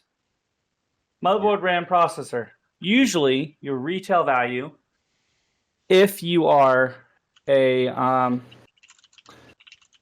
you're looking at a good deal, I don't know, probably about $800. You could probably get a good deal on this stuff. I am now up just on this alone, right? And like you said, this is not the best processor on the market. I believe it's 1 or 2 down the line, I believe. Because you've got, this one is the 12 core, not the 16 core processor. They have a 16 core, and then you've got the 16 core that's like unbelievable. And like, I don't need the super duper 16 hardcore core. one. Man, I remember when quad core was considered like, oh man. Yeah, but like usually for Blowing heavy games, man, like an 8 to 12 core is probably what you need. Like most people are playing video games or they're streaming or they're doing multiple things. So an 8 to 12 core is probably what you'll need for processor. I would say your 12 core processor this is 12 at 16 I don't even know what I've threads, I believe, or 12, maybe 24 threads. I can't remember. Hold on. See, now I gotta look it up. Oh yeah, Just being here. stupid today. Polsky. But I was doing all my research online anyway. But because I heard these were the good AMD. This was a good AMD line. I didn't want to get the one above it because one, it's like $900. That will not work with that. Sorry, Joe. Although I still have mine. I think it's in there in that closet.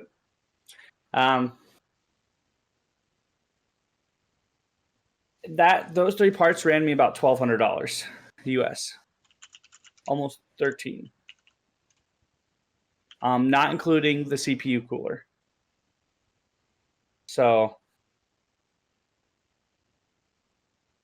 prices are getting higher, not getting lower. Wherever you are in your neck of the woods, it may not change, but things are getting cheaper. I was going to do like an all studio setup for the podcast.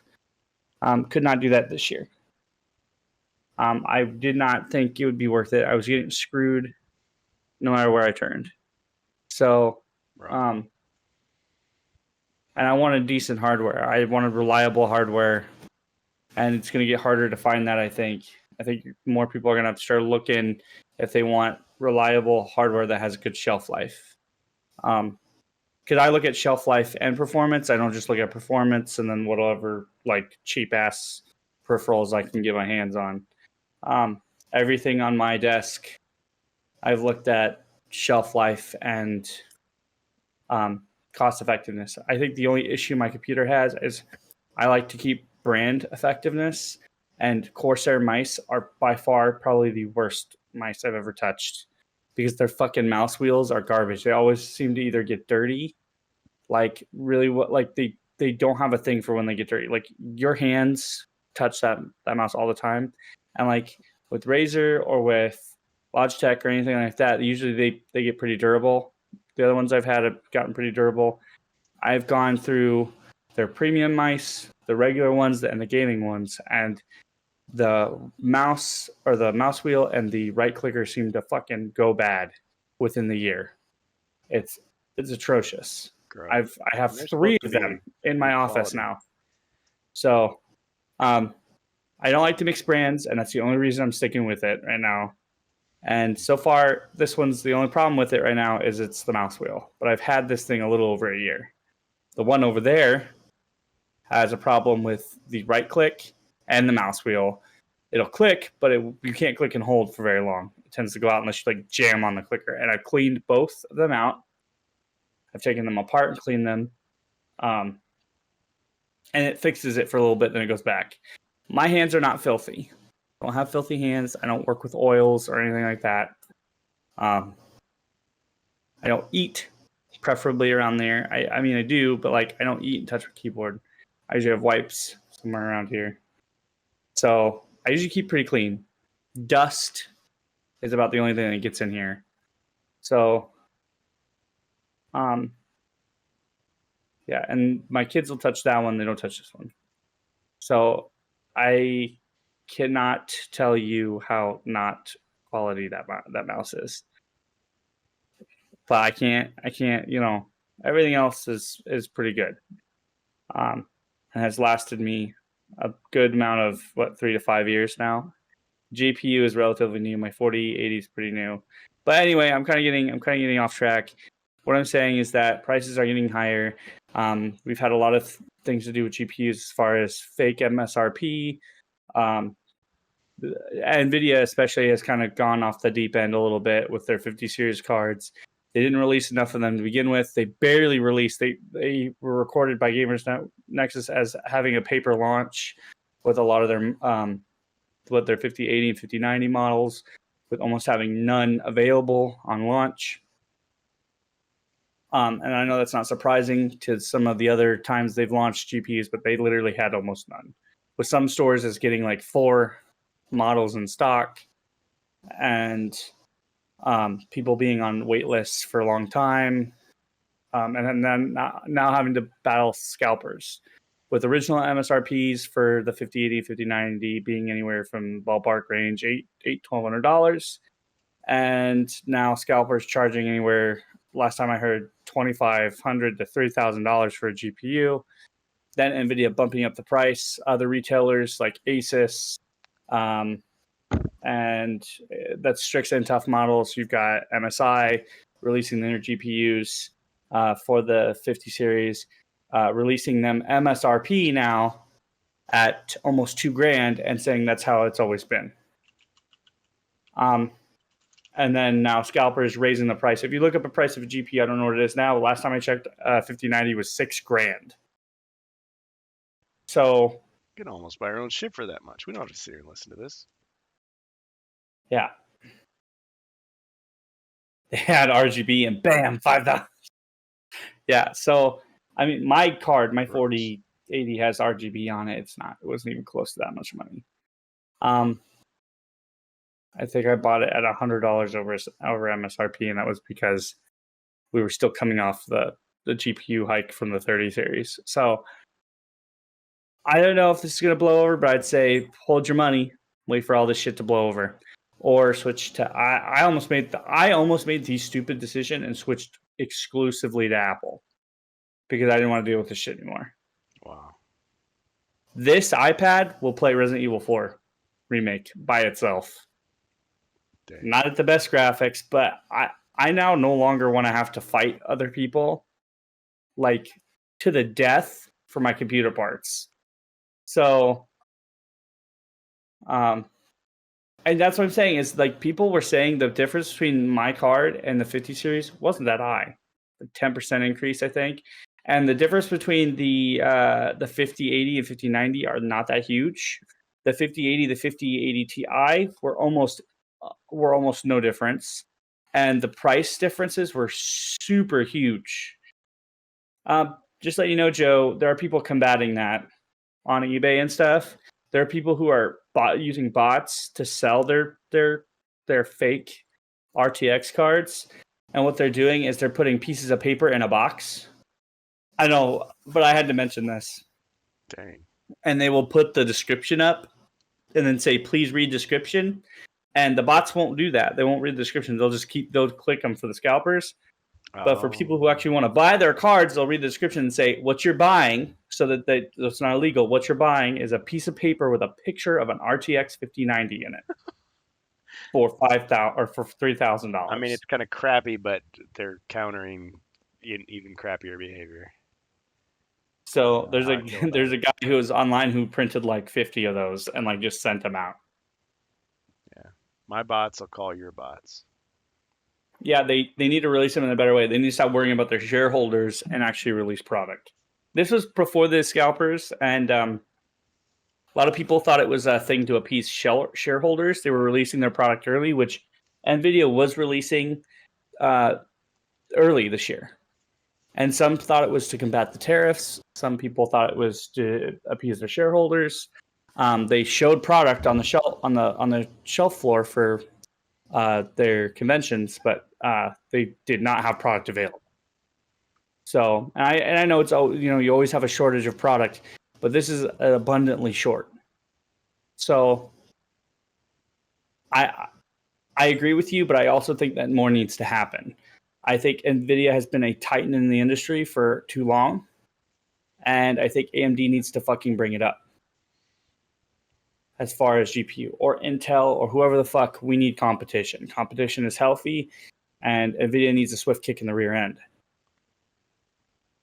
So, to be honest, to be real, because they have done this, they did this with the Grill Force 40 series cards, I think is what they called those back in the day. That was before the RTX. We're talking about the GT 448 or 480s or whatever, that were literally melting. They had an issue with that. I don't know about that, Rob, but I do know that a lot of AMD's their game plan right now, besides the Radeon team, is literally just Nvidia, but 10% off the price. They are literally right now with their 90 series, they're literally naming it almost after, because I think they already have a model called the 90 series, or based off the 90 series. It's really weird how they are naming their models almost off Nvidia's models. Don't they have? It's not like the 9070, 9080 series cards now.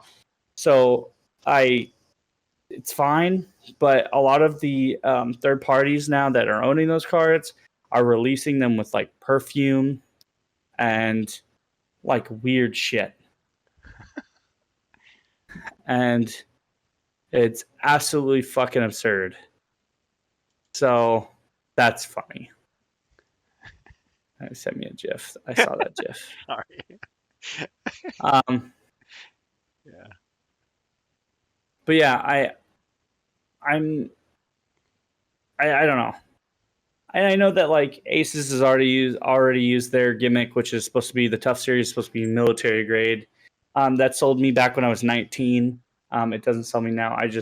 I like the tough series because they're usually pretty cool cards. They stay cool. They're pretty temperature optimized. The Strix cards were really good too for a long time. My Strix motherboard has been pretty reliable. Most MSI boards have been really good when I tested them. So it's kind of based on your comfortability factor or what you use for your PC. If you're just a gamer, or if you're just somebody who plays games on the side, you do a lot of heavy work. But I'm going to look at the market and then see where I'm going to go after this, because if this is the case, I don't know where I'm going to be as far as PC goes, to be honest. I don't know if they're trying to do this on purpose to get people to stop like mainstreaming the PC, but I don't know. I bought a new motherboard and an SSD, but it's my first time installing. I dug my PC for games on Discord. He was just running at 100%, doing nothing. Yeah, so yeah, your most hard disk drives now are kind of running obsolete. I have, I think, one left in my PC. I use it for old games. It's 4 TB. I do use it for some newer games that don't cache too much, but like the really new stuff almost requires it. Things like, well, even like things like Cyberpunk or stuff like that, they have like an older feature for hard disks where they'll copycat a lot of textures. Like they'll say, hey, we'll just put the same pedestrian when you're like going fast over and over and over again to simulate the world instead of replicating everything differently. But like it still doesn't always help.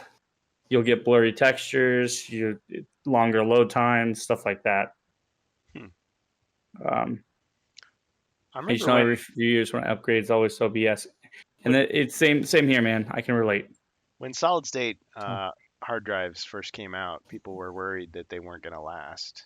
Is that still a concern, or are we just talking? I think now with the release of NVMe's, NVMe's are more durable and they're faster, so they can process information quicker. I remember when the first generation SSDs came out, once people were like, you don't need to put games on them, you just need to use them to boot Windows and your main tasks. And that's what I did at first. Was I bought a really cheap SSD, like a Samsung, like it was like a 120 gig, and I put it in to just boot Windows. And I put my main programs on, but after that, I realized that people were using them for games. And then I noticed that the first gens did burn out. They got hot really quick. So if you run them to their full load, yeah, they get hot and they burn out quicker. But I think the NVMe's nowadays, if you're running them to play video games all the time, I think now you put heat sinks on them, but I think it's a gimmick. I don't know if you need to, because I have one that's built into the motherboard now. Like I screwed it into the motherboard and there's a cover on it. So I don't know. It runs just fine, but I don't know. I don't know if it needs a heat sink or not. So mine's would more be than a year really old. weird thing. I just use it for storage, but I mean, I don't do all the stuff that you do. Yeah, most newer games require that because everything caches a little faster. But yeah. Next generation computer processors made with human brain neurons. My CPU is a neural net processor, a learning it's computer. A neural net, yeah. Cybernetic organism, living tissue of a metal endoskeleton. I am the future. But yeah, I don't see this getting better anytime soon. I think every time the market changes, or Nvidia feels like they need to make more money, or they want to keep the FOMO alive, they're gonna do shit like this. Because I don't think this was planned accidentally. I think they did this they fucked up and they're like, hey, let's not burn out resources to accommodate our customers. Let's send out a false message, play it out, and then we'll release every now and then. So, but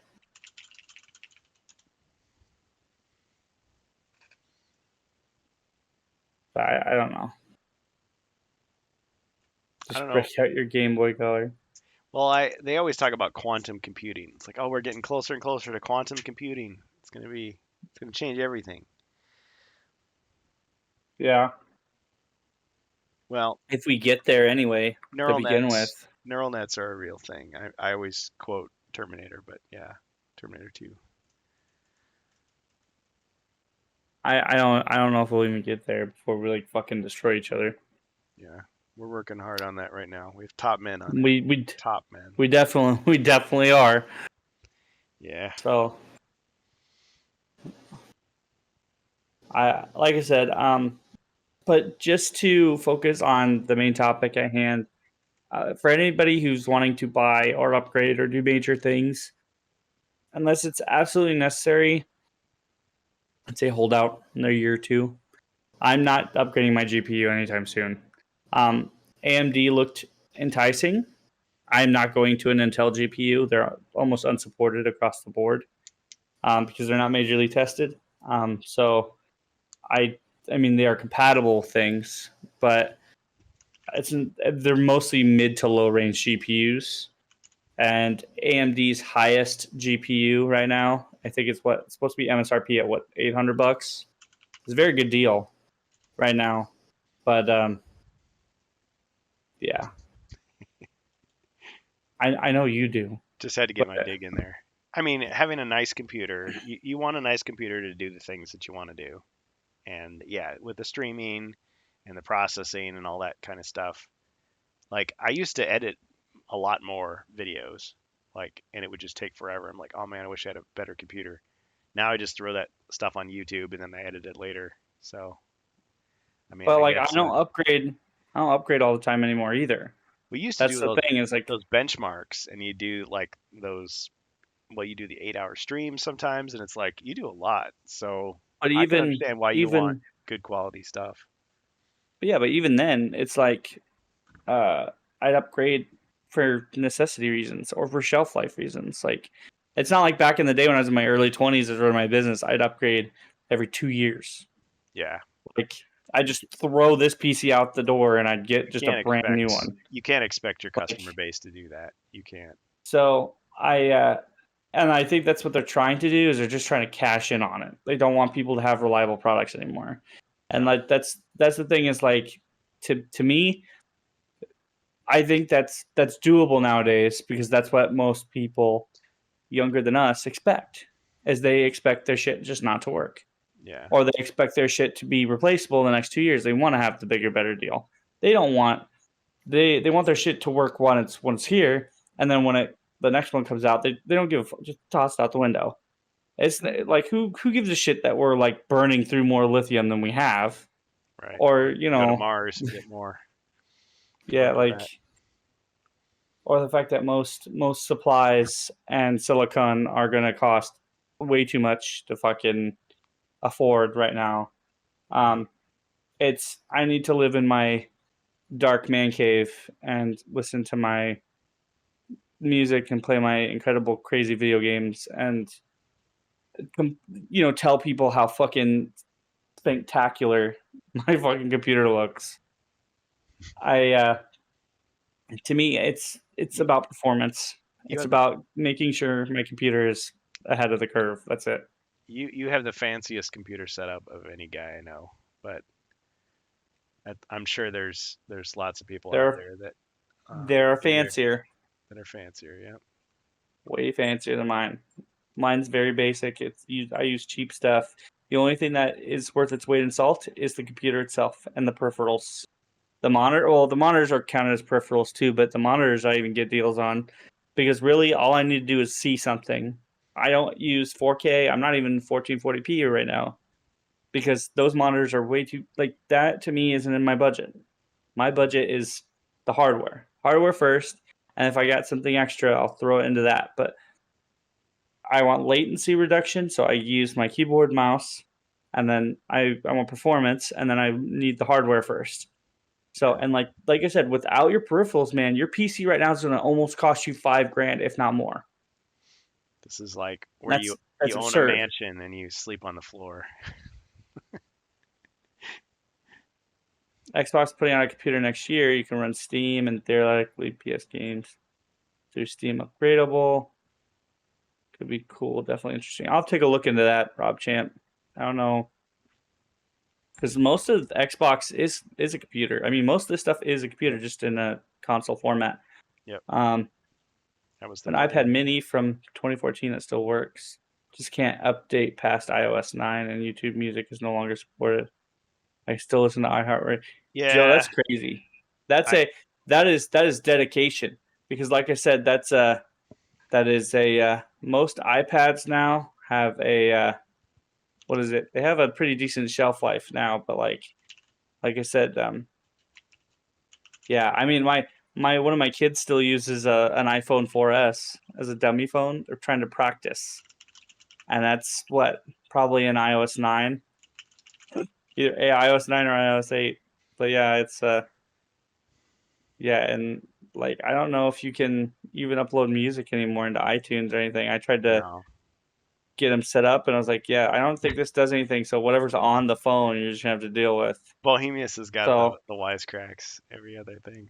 I love it. Yeah, I mean, I had an iPod Touch that, yeah, I used it until it's like one by one, the apps would stop being supported, and so it's just like now I'm just down to listening to music on it, which is how it all began. Daisy, Daisy, answer true.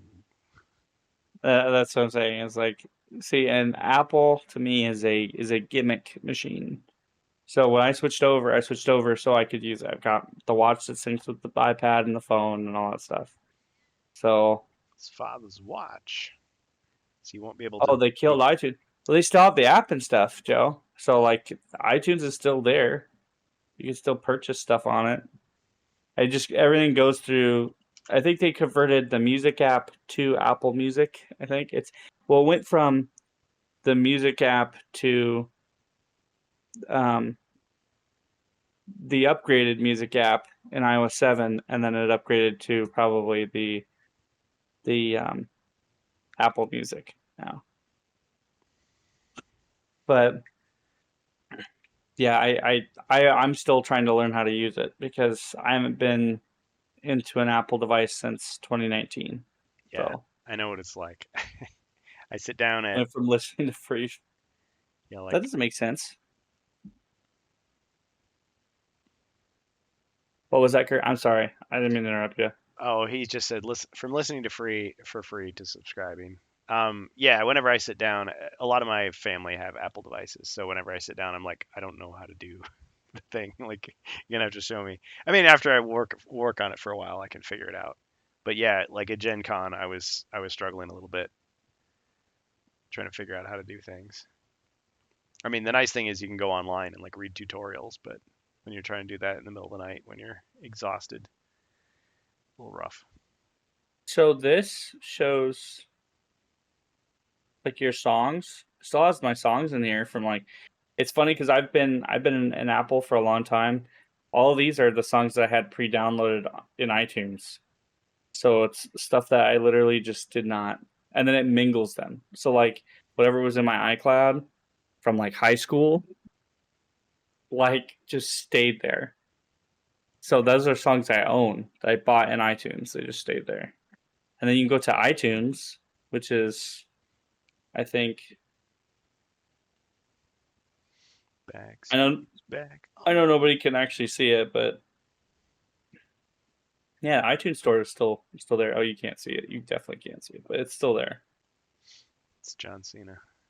So and you can buy songs and videos and stuff. Apple Music is a subscription service, but you can still just use the songs in your music app. My wife does that. She doesn't pay for Apple Music. She just uses the songs in her music app. That's funny. You need an YouTube Premium account to listen to music free on YouTube Music.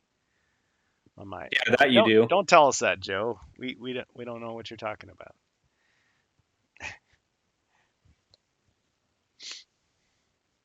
So you have I something hate called YouTube. a radio, not Sirius You XM, know, a radio. and that's the great thing is another perfect example of how we've moved backwards in time Mhm.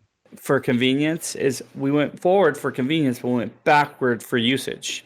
As we used to have a thing called a radio, which you bought once, you Mhm. paid for something once, but you had two things. You had the quality of listening to music whenever the fuck you wanted to Yep. on a radio that you paid once for. Nowadays, I have this thing I can carry around with me. Unlike, well, you could carry around a radio, but a little simpler than carrying around a radio. I have Boombox. to pay monthly to listen to the music that I want. Yeah. Batteries in the radio. Got to pay for those. And don't give me that shit like I can listen to the radio whenever I want to on my phone because the radio nowadays sucks ass. It does. Yeah. I have one on my flip phone, and it's just like, yeah, I'll be lucky to get anything. Well, So, it's not just that, but like any of the major stations anywhere around here play the same 5 songs every day. Like, because yeah, nobody listens to the radio. top 40 stations. It's all automated, pretty much. That too. The last DJ. And then, like, you get like 10 minutes of commercials, you get 2 minutes of music, and the DJs Oh, just talk and talk and talk and I talk. hate that. Like when I'm coming into work, the timing of it, it's like the last 5 minutes of my commute is just like they're just all talking and doing ads, you know, trying to sell me a used car and trying to boost my testosterone. And it's like, listen, buddy, And that's it. And that's it. That's all it is. And that's all radio is right now, because plug in radio is my just there for the people who don't want to change, and that's all that's there for. So the people who are there on the radio, they've been there for a long time, or they're hiring just young people to take over spots for the dying breed that is radio. And like, I hate to say that because I loved the radio, yeah, just putting it back on. So the only coast to radio I coast listen AM to with Art Bell. is Christian radio, and that's it. Because the Christian radio station that I listen to will play actual fucking music. They do. Like, no offense, it just plays it. Mhm. They don't sit there and give me like the same fucking rock song. Yep. Like, I can almost guess, hey, is it going to be one of these 5 rock songs? You bet it is. Yep. You can see I'm the like, playlist in your head. That's true. That's true. I guess I do that too. Yeah, the Christian radio station is like the one next to the one that I normally listen to. So when the ads are coming, I just flip over and it's like, oh, but like, yes, but they'll play probably about the same music, but they have a bigger variety, and unless it's like what they used to have back in the day, they'd have like the morning show, or like they do like the commute thing, whatever, but they usually have a steady like stream of music like they did when we listened to the radio. So, yeah. and it drives me nuts. Yes, or they talk over the openings. They don't like they do the DJ thing where they keep it rolling. They just talk over the openings of the song now. Yeah. What are they? Streamers? Mm-hmm. Yeah.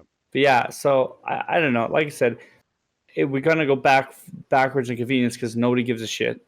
And yeah, it's Spend a lot on how am I paying a CDs. subscription? I just want more. I just want more money to the artist. So, like I said, for Rob, I'll debate you on that, right? Artists I don't spent get a lot of paid. money on CDs too. I also spent a lot of money on like EPs, even though I lost a lot of mine in the flood. Those are the only On what? actual records I have left. Oh, Records LPs. I have? Yeah, yeah. Yes. So the only LPs I have are back there. One's Queens of the Stone Age and one is Eagles of Death Metal. I got Return of the Jedi. Yeah. But once again, I only pay for it once. Mhm. I don't have to pay a subscription to keep my LPs. That's the more I'm trying to get at. Yep. Is like, I paid for it. The artist isn't hovering over me and saying, hey, where's my $5? It's not even the fucking artist either. It's the record company. So, but yeah, yes, I love Queens of the Stone Age. Joshua Homme is like one of my favorites. I saw him play, and it's pretty safe to say I could die happy almost. Besides, well, I need to watch my kids graduate, but then yes, Oh. I watched him play. It was very close, and that was it. I mean, like, there are tons of other artists I would love to see play, and I did. I saw The Offspring, Power Man 5000 that day, and it was a very good lineup. But they didn't headline. They were the final show, and it was a great fucking show. And I used to have video of it. It's somewhere on my iCloud, like in like my iPhoto stuff. But they don't have iPhoto anymore. I don't know how to get it back. So, Get that back. It's but I had all of it. Played Feel Good Hit of the Summer, Vampire Time Memory. Played a lot of really good songs that you don't usually hear. And he played the usuals too, but like, and that was 2013. No, 2014. I was 22. dang. So I've only been to a few live concerts, but they were good. Yeah, I used to always hate listening to concert albums because it's like the artist would stop singing and the audience would sing it, and it's like, but I get it. Like actually being there, and it's like everybody knows the song, and it's just like you have an experience with them, you know. Like I got to see Tom yeah. Petty when he was still alive. That was cool. Wow. Yeah. Yeah. See, And it's just thinking back on that moment, like still gives me. It's not that I like honor the man or anything because I don't know him, but like Hmm. it's just a feeling you get like being on the stage, The music. listening to him play. Yeah, because there are certain artists that just have talent Yeah. and they bring you into the experience. Hmm. And so like you get like this rush, this feeling. I saw Rush play Oh, back in 2002. I was not in anywhere close because that was a loaded concert. But yeah, I vaguely remember it, but because I was 10. But that was a great concert. It was my first concert I ever went to. Was it was the Russian Rio concert, and I really wish I paid more attention. That like I had more like like I had understood the importance of it. So because Neil Peart was one of my big besides him and um him and like there were a couple other drummers between like I said Queens of the Stone Age they alternate drummers a lot, but there was one guy I can't remember his name right now, but he also got me into drumming too. And then hmm. um yeah, I was really into those bands at the time, and they got me into drumming, and I really wish I had like paid more attention during that concert, just understood the importance of it all. But like I said, when you're that young, you're just there for the music, and that's what I was there for.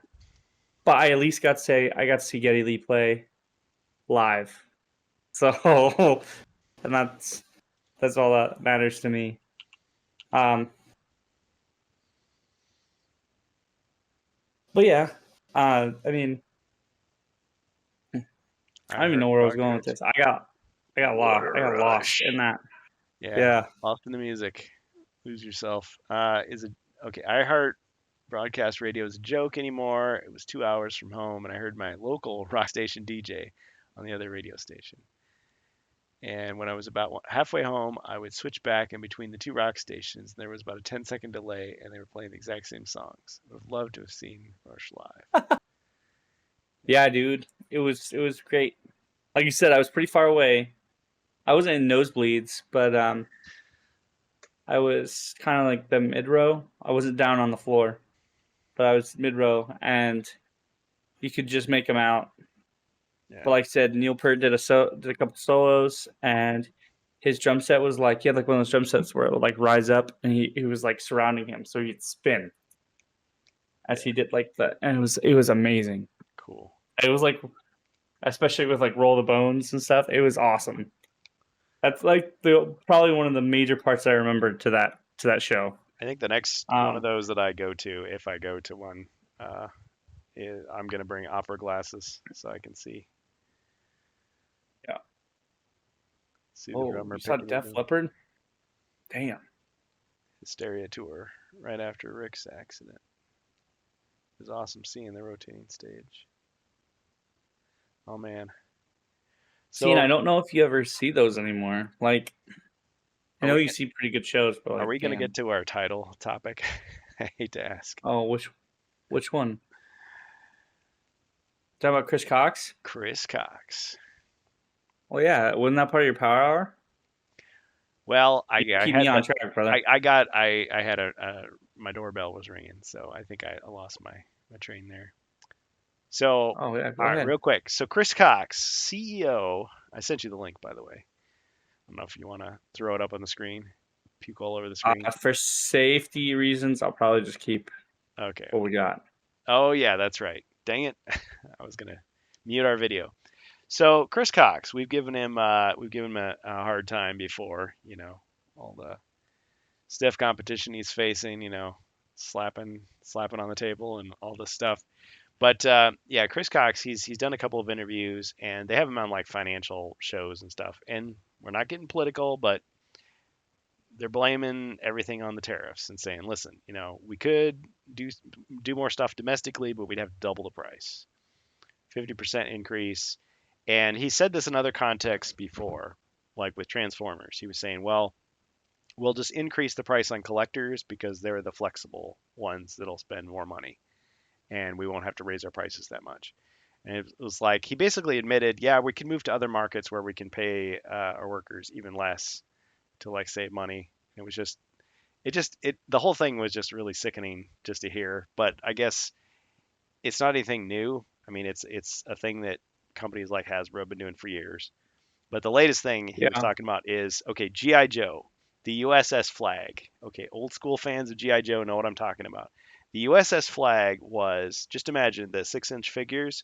You've got an aircraft carrier made of plastic that you can land an actual like scaled plane onto. I had one classmate who had that, and everybody was super jealous. And I want to say it was like $125 back in the 80s. So imagine what it would go for now. But anyway, he was like, "Yeah, we want to bring the USS Flag out as a collectible for the HasLab." It's like, dang, okay. So on the one hand, they're gonna raise prices, but then they're gonna like shill these like really expensive toys to collectors. And it's like, oh man. So we're gonna like once again the model price he's relying on, which by the way, the whale model price like Whales. formula came from somebody not in the U.S. It was a another like offshore tactic used against us that we are now using against our own country. By the way, from people in our country. Yeah, $1,500 most likely. I would no doubt. So this asshole is pretty much saying we are going to charge pretty much everybody more if we do things domestically, which, no offense, would probably be better. I'd pay more. I know that people in Canada are doing things domestically food-wise for things that actually matter, right? Yeah. And they're willing to pay money for it. These are luxury goods. Hasbro is a toy company. Now, I understand that most of our clientele here, we don't talk to kids here on the RantCast, but you guys are adults, you're collectors, stuff like that. I would more be focused on children and catering to children as a business. But if I'm hearing this right? He's more talking about the collectibles and focusing on the collectibles. Yeah, I feel like toys are something that is a human thing. Like if you can't afford toys, you make toys for your kids. Like that's just a thing that kids have. Like even the poorest kids have rag dolls and stuff like that. Yeah.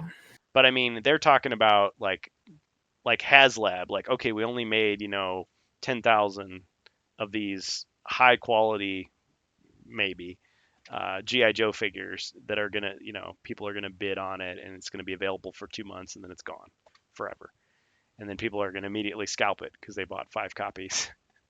That's the kind of thing, as opposed to the regular toys that go to the regular stores, the regular retail stores, your Walmarts, your Targets, your whatever. So Hasbro has this mixed model where they're both selling to like you say, the whales. Hate to use that term, but they're just people who gotta have it and are going to pay whatever you're asking for.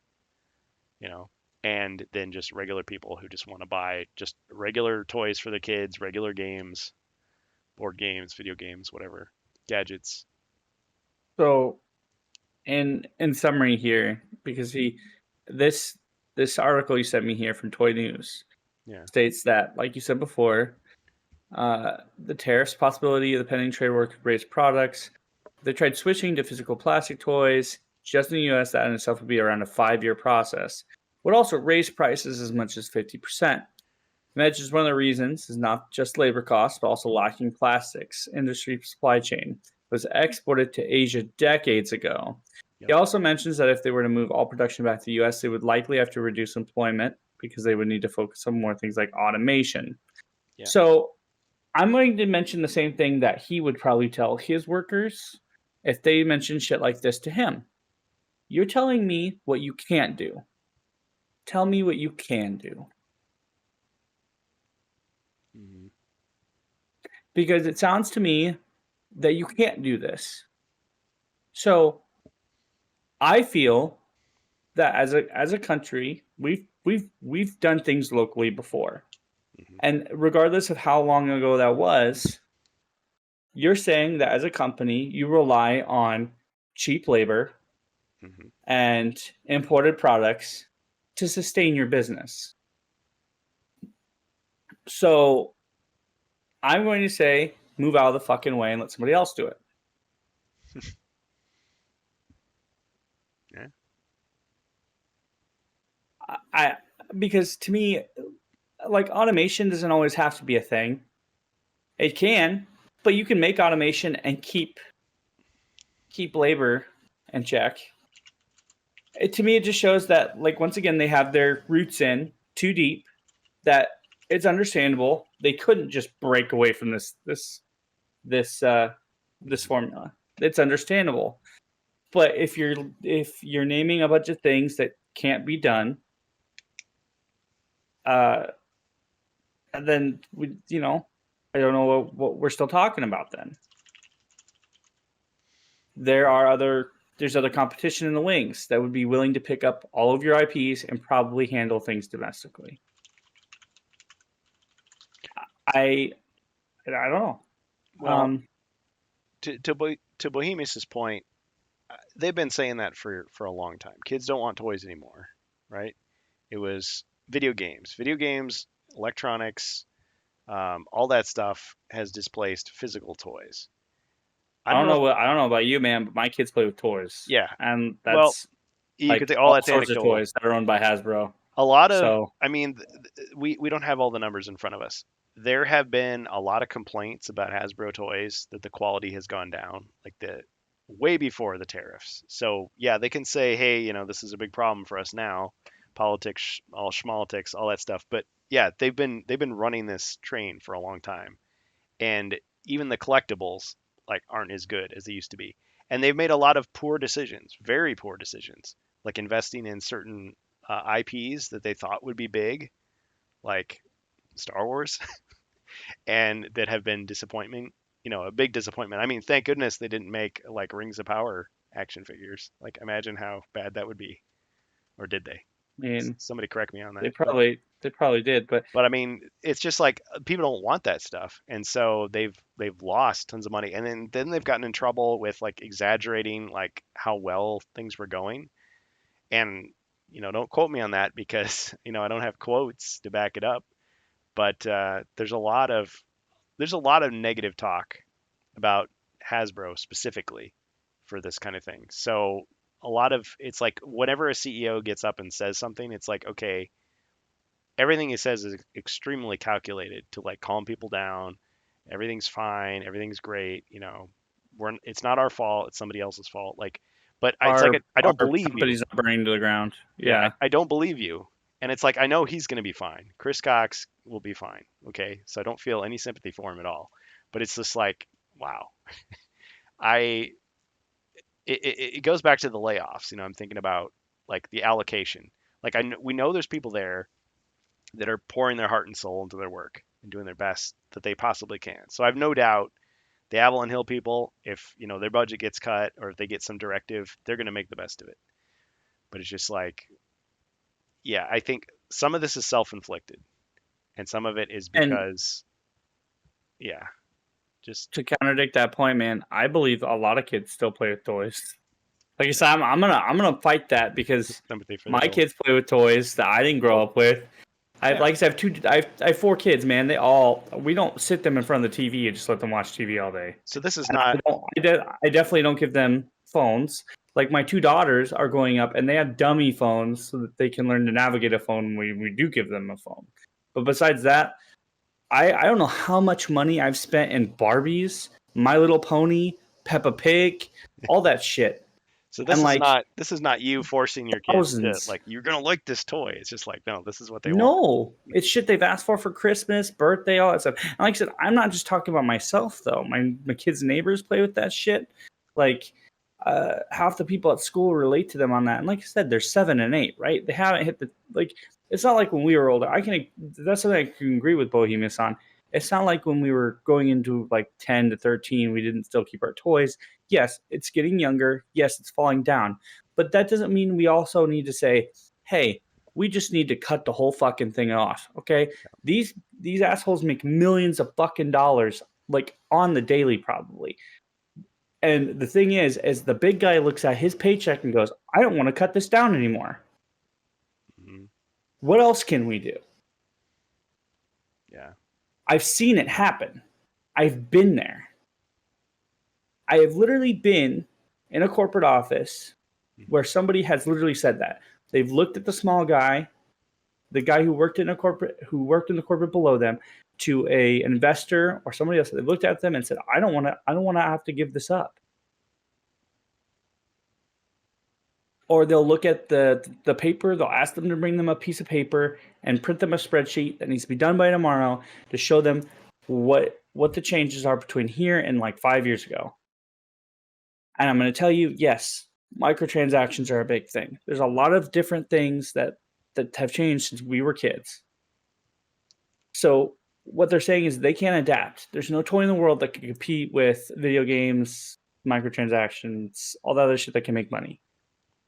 Well, even congratulations. Even but like, oh, you're on a roll. Sorry, go for it. No, but they own half the fucking industry for toys.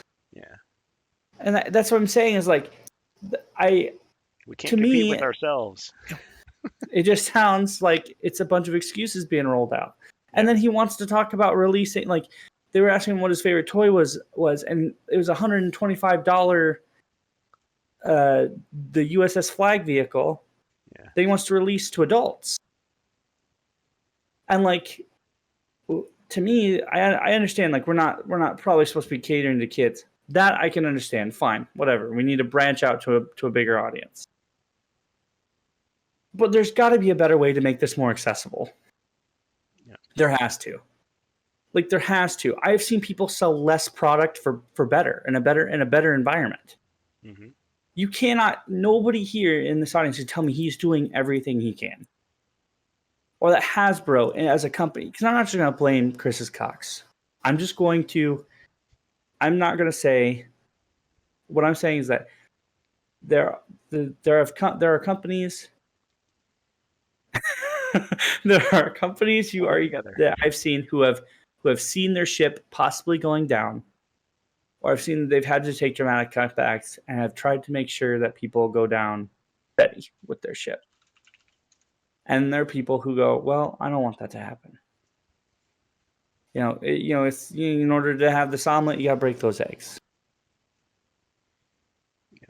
And I don't know if it's whether people refuse to believe that people can be that fucking heartless, or if it's the fact that we've accepted that people have gotten that heartless and it's just the way of life, which, fine, whatever.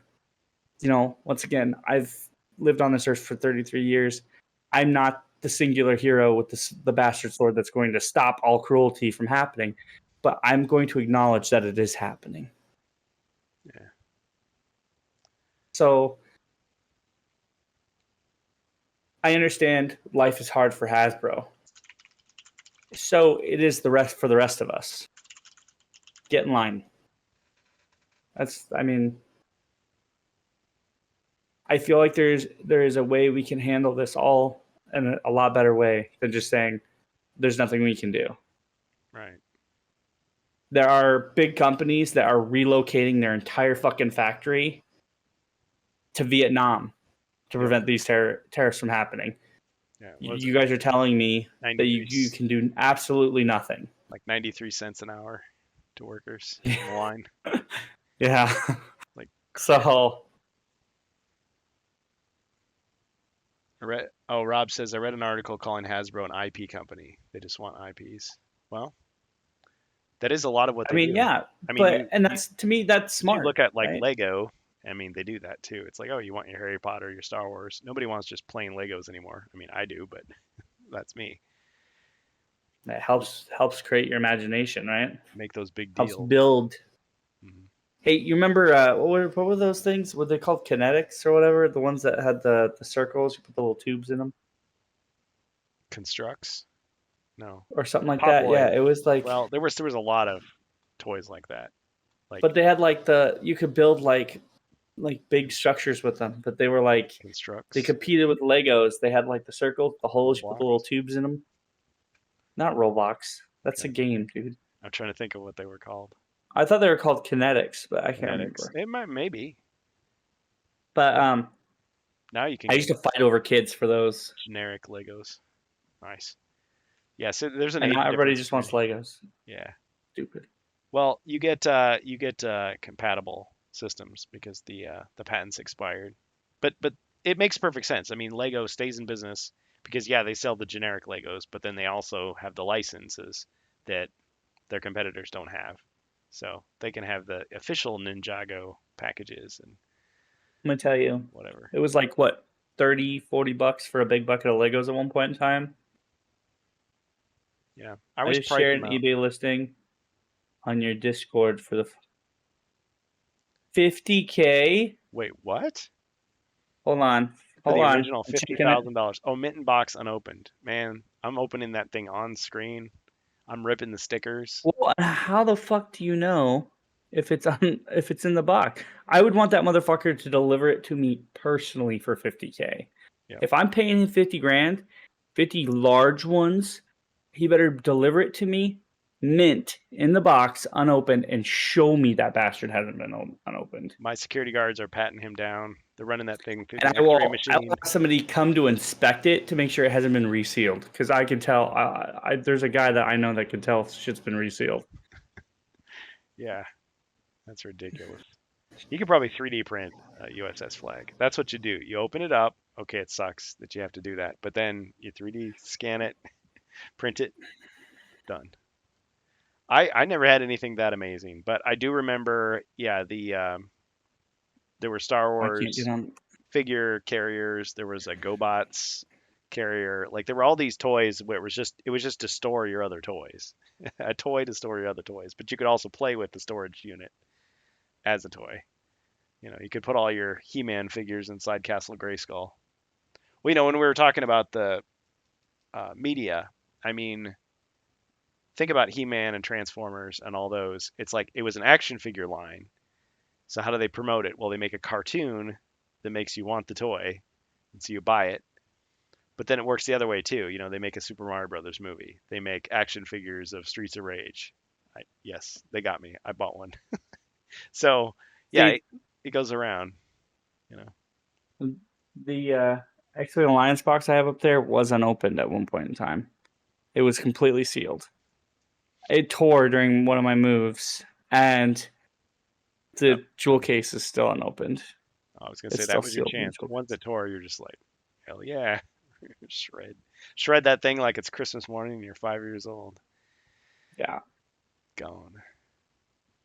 Joe Koger says, I had all three Star Wars figure cases, the 2-tray rectangular one, Darth Vader and C-3PO. Oh man. See, I That would didn't have been have. awesome. I had. Listen, I had the. It was like a gun. It looked kind of vaguely like one of the guns they had on Hoth.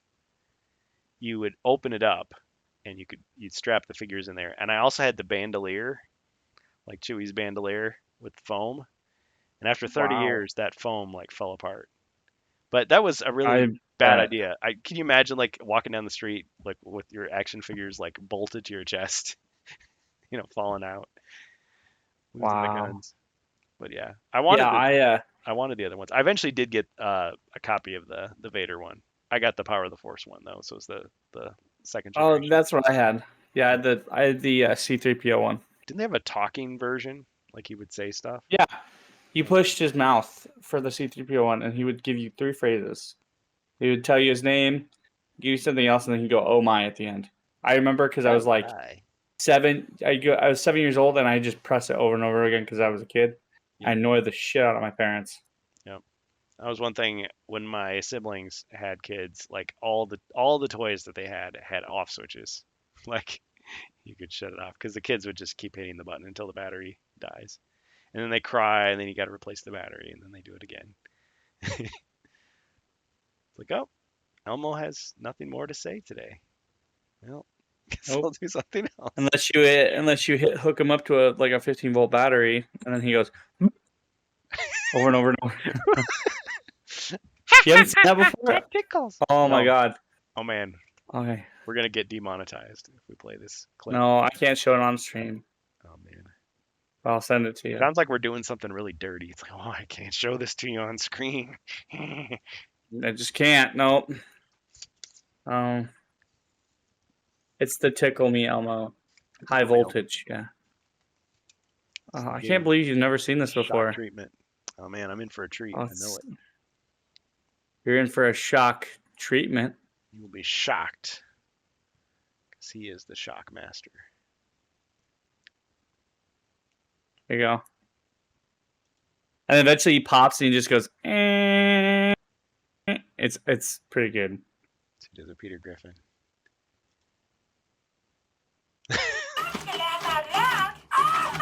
Yeah, bro. Bunch of the OG micro collection from Star Wars. Oh man, I think Curran gave me those micro machines that are hung up over there. Yeah, man. Like they're old school. Oh man. Yeah, bro. He's just freaking out. Yeah, eventually he just pops. Capacitor pops and it dies. They killed Elmo on live TV. I just watched a snuff film. I can't believe it. Well, I never liked Elmo to begin with. Yeah. I was more of a Grover, Bert, Big Bird, Oscar, Cookie Monster, Forgetful Jones, Telly, Count Von Count, Ernie, Dr. Nobel Prize. But yeah, so fun stuff though. Good stuff. You know the story behind those micro machines? The ones you gave me? Yeah. No. So I had this idea that I was going to make a Star Wars chess set, like my own Star Wars chess set. And I was like, I know, like I could put like a row of X-Wings that would be like, I don't know, maybe the pawns or something. And I misjudged the scale. Like I saw these, I'm like, oh, these are perfect. But they were the wrong size. And it's like, dang it. So I kept one, like, okay, well, I mean, it's still cool. It's still micro machines. And I gave one away and I gifted the other one to you. So I knew you love Star Wars. So I was like, all right, it's going to go to a good home. I did. Yeah. And I've had those for we've known each other for quite a while now. Yeah. I've had those for 5 years, I think. Almost 6 years. Dang. 6 years almost, yeah. Just like Beggars Canyon back home. Yep. It's funny because I almost forgot I didn't have them because we used to work same place. Yep. And during COVID, they had us move out of our desk and go home for like, I think it was like a year or two. Yeah. And like everything on my desk didn't all get packed up. It was just the stuff hanging from my cubicle. So, and that was hanging from my cubicle, and it just stayed there for like 2 years. I had that and like a Chrono Trigger like poster. Yeah. And you had a pretty cool desk. These things. Yeah. Yeah. So that it was just there for 2 years, and I came back. I was like, oh yeah, the micro machines. Like, I'm so glad they're not stolen. It wasn't covered in Cheeto dust. It's like, yeah. It was pretty everything was pretty dusty. Yeah, it was like. It's like I stole it and I felt guilty, and then so I put it back. So sorry, bro. Yeah. All my like Japanese lessons were still on the desk. Well, those micro machines line, that was from the 90s, right? During the EU. Yeah, they're the old school box. Special edition. Yeah. You can kind of tell from the design they're like kind of old school. Yeah. Yep. I got some later. It's funny because not The Force Awakens. So when The Force Awakens came out, I've always wanted the vintage like Star Wars vehicles, but I couldn't afford the prices they were asking for. Plus they were in kind of crappy shape because they had the destructible wings and all that stuff. So I got the old school X-Wings from like the Power of the Force. No, like the Kenner used to have one. The original ones. Oh, okay. And spring-loaded wings. You press the button, they fly off and hit the ground really hard. Oh, okay. I didn't have that. I had the ones that were spring-loaded, but they sprung up. Yeah. And it had the sound effects and stuff in it. Oh, cool.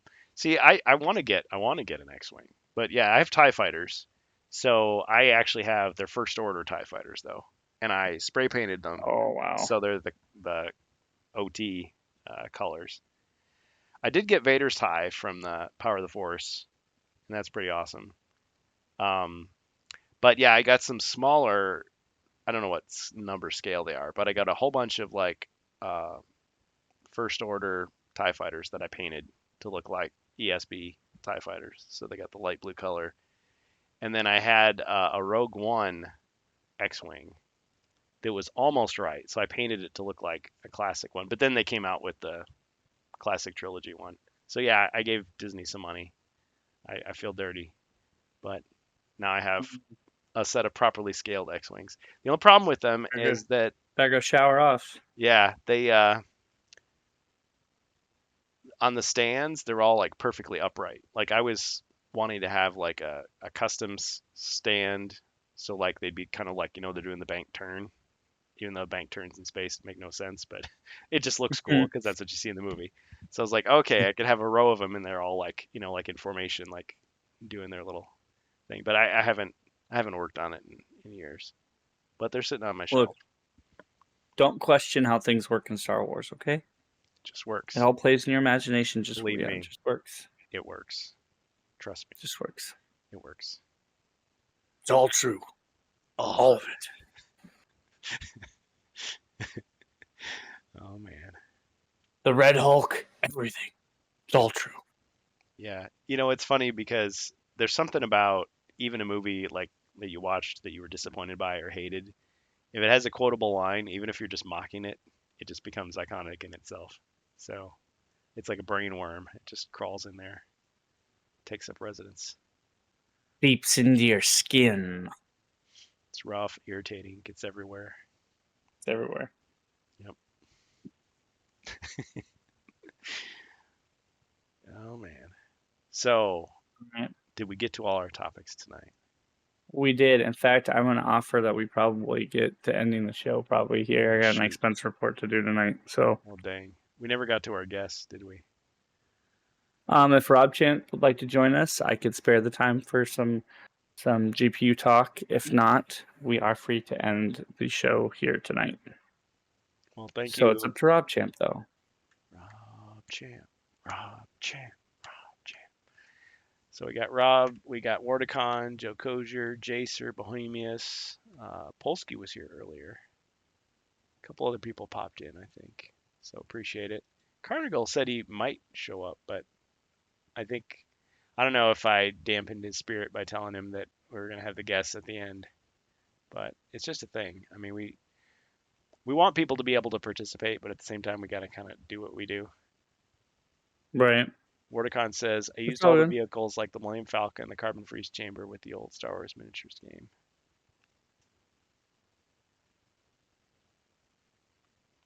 Oh. Awesome. It's been a great episode. Well, you know, it would be interesting. Yeah, you could use all the Kenner figures to play like the miniatures game. I mean, you need a much bigger board for that. Years ago, and I'm sure, I don't know if he ever finished it, but there was a guy, he was like, I'm going to build a scale model of the Millennium Falcon. Like, he was going to build a Millennium Falcon that was scaled with the 6-inch Kenner figure. And it was like, oh, okay, that's a cool idea. Because they came out with the bigger Falcon. Remember, it's like they had the one from the 80s, and the 90s was a reprint with different stickers and sound effects. And then they came out with a slightly bigger one. They did. And the architecture of the Falcon doesn't make any sense. It's a ship of mystery. It's like you go down one tunnel and suddenly you're somewhere else. But anyway, this guy was building one, and it was just imagine like a 2-car garage, and just like the entire door, that's like the size of it. And he was building it out of like acrylic and like I don't know, it was some kind of like liquid plastic or something. But it was huge because he's like, I'm gonna build it to scale, so that I can put the figure in it. It was like, wow. And there was another guy who was building the Millennium Falcon in his backyard, like to the like movie scale. And I don't know if he ever finished that. I think it might have gotten destroyed by a tornado or something. I was going to say, where the fuck are you going to put that when you have to move? It's just going to be sold in realty. It's going to be like, hey, look at this 3-bedroom, 2-bathroom house. Great backyard. It's got a 1 acre, like 1.5 acre. fully detailed Millennium Falcon in the backyard. Wait. Rewind. That's What the either a fuck? deal breaker or a deal maker. Well, Well, there was yeah, because like that could be like a little treehouse thing going on. yeah, or tear it down and build Starship Enterprise instead. You traitor. There's a lot. I would love it. Yeah, I'd go for it. I mean, you'd get a lot of leaks eventually, but There was whatever. there was a guy, he was building Stonehenge in his backyard. This eccentric old guy. And at first What? everybody laughed, but then like I think he got his kids, his grandkids, and then I think like the whole neighborhood was helping him like move the stones. It's pretty impressive. But it's like when that guy passes away, like what happens to that? It becomes a national monument. He's just gonna have Stonehenge in his backyard. Yeah. A replica of Stonehenge. Yeah. It's pretty amazing. But yeah, he's just like, you don't need anti-gravity alien technology. You just kind of like rotate it and you rotate it. You put the sand underneath it. Like he had all these ways of like doing it with just like, it's like, this is my retirement. This is what I'm doing. It's like, as long as a big stone doesn't fall on him, he's going to be okay. He's having a great time. Stove top. I think I would just build the cockpit for the kids. Yeah. Put it up in a tree. That'd be awesome. That'd be so cool. Yeah, there was a park where I grew up, where like all the equipment was like NASA, like rocketry, space, and yeah, they were just like you just climb into the cockpit, and there's a slide and you come down, or you climb up the ladder into the fuselage or the lander or whatever it is. It was pretty awesome. I think, Joe, there is. Carhenge, I think there's something similar to that in Vegas. Or Nevada. There's some wacky, crazy stuff if you want to take a road trip around the U.S. There's like grottos built out of used parts and junk and stuff. But Joe anyway, says, there's a restaurant about an hour away from me that has a life-size X-Wing in front. That's cool. Bohemius says stovetop. Alta Wardicon's house. You have a burger helper. Hamburger helper. I think burger helper is the great value version. I'm probably gonna call it here, Kurgan. Just so I can get ready for work tomorrow. Oh yeah, duty call. But it does. RantCast. But for everybody who did watch with us, yeah, I appreciate you guys. Thanks for sticking around. Stick around. Stick around. I lied. Well, before we end the show here, I am just gonna kind of finalize everything here. Hope everybody has a great night. Thank you for watching the RantCast Podcast. Once again, I am Josh, also known as TheStrangeBus. If I do stream again on Twitch, you can catch me at twitch.tv/StrangeBus. I am joined by my other host here, Kurgan, also known as HeroQuest Fans. And here, Kurgan, go ahead and give him that plug. Yep. XSC3, home of HeroQuest Fans on YouTube. Twitch.tv/HeroQuest Fans on Twitch on the weekends. And those VODs, due to their crappy policy, are going straight to YouTube as soon as we can. Also, you can catch the RantCast podcast on Spotify and wherever else we can think of to put it. But for now, Spotify and also YouTube, the RantCast Podcast archive. Yeah, maybe you can get maybe we can get it on Apple Music, maybe. So we'll see. Apple Music. Well, we've got the audio, so if they let us port it over. Yeah. Yeah. Anyway, we'll catch you guys next time. Have a great night. Take care, everybody. Signing off. All right. RantCast. RantCast.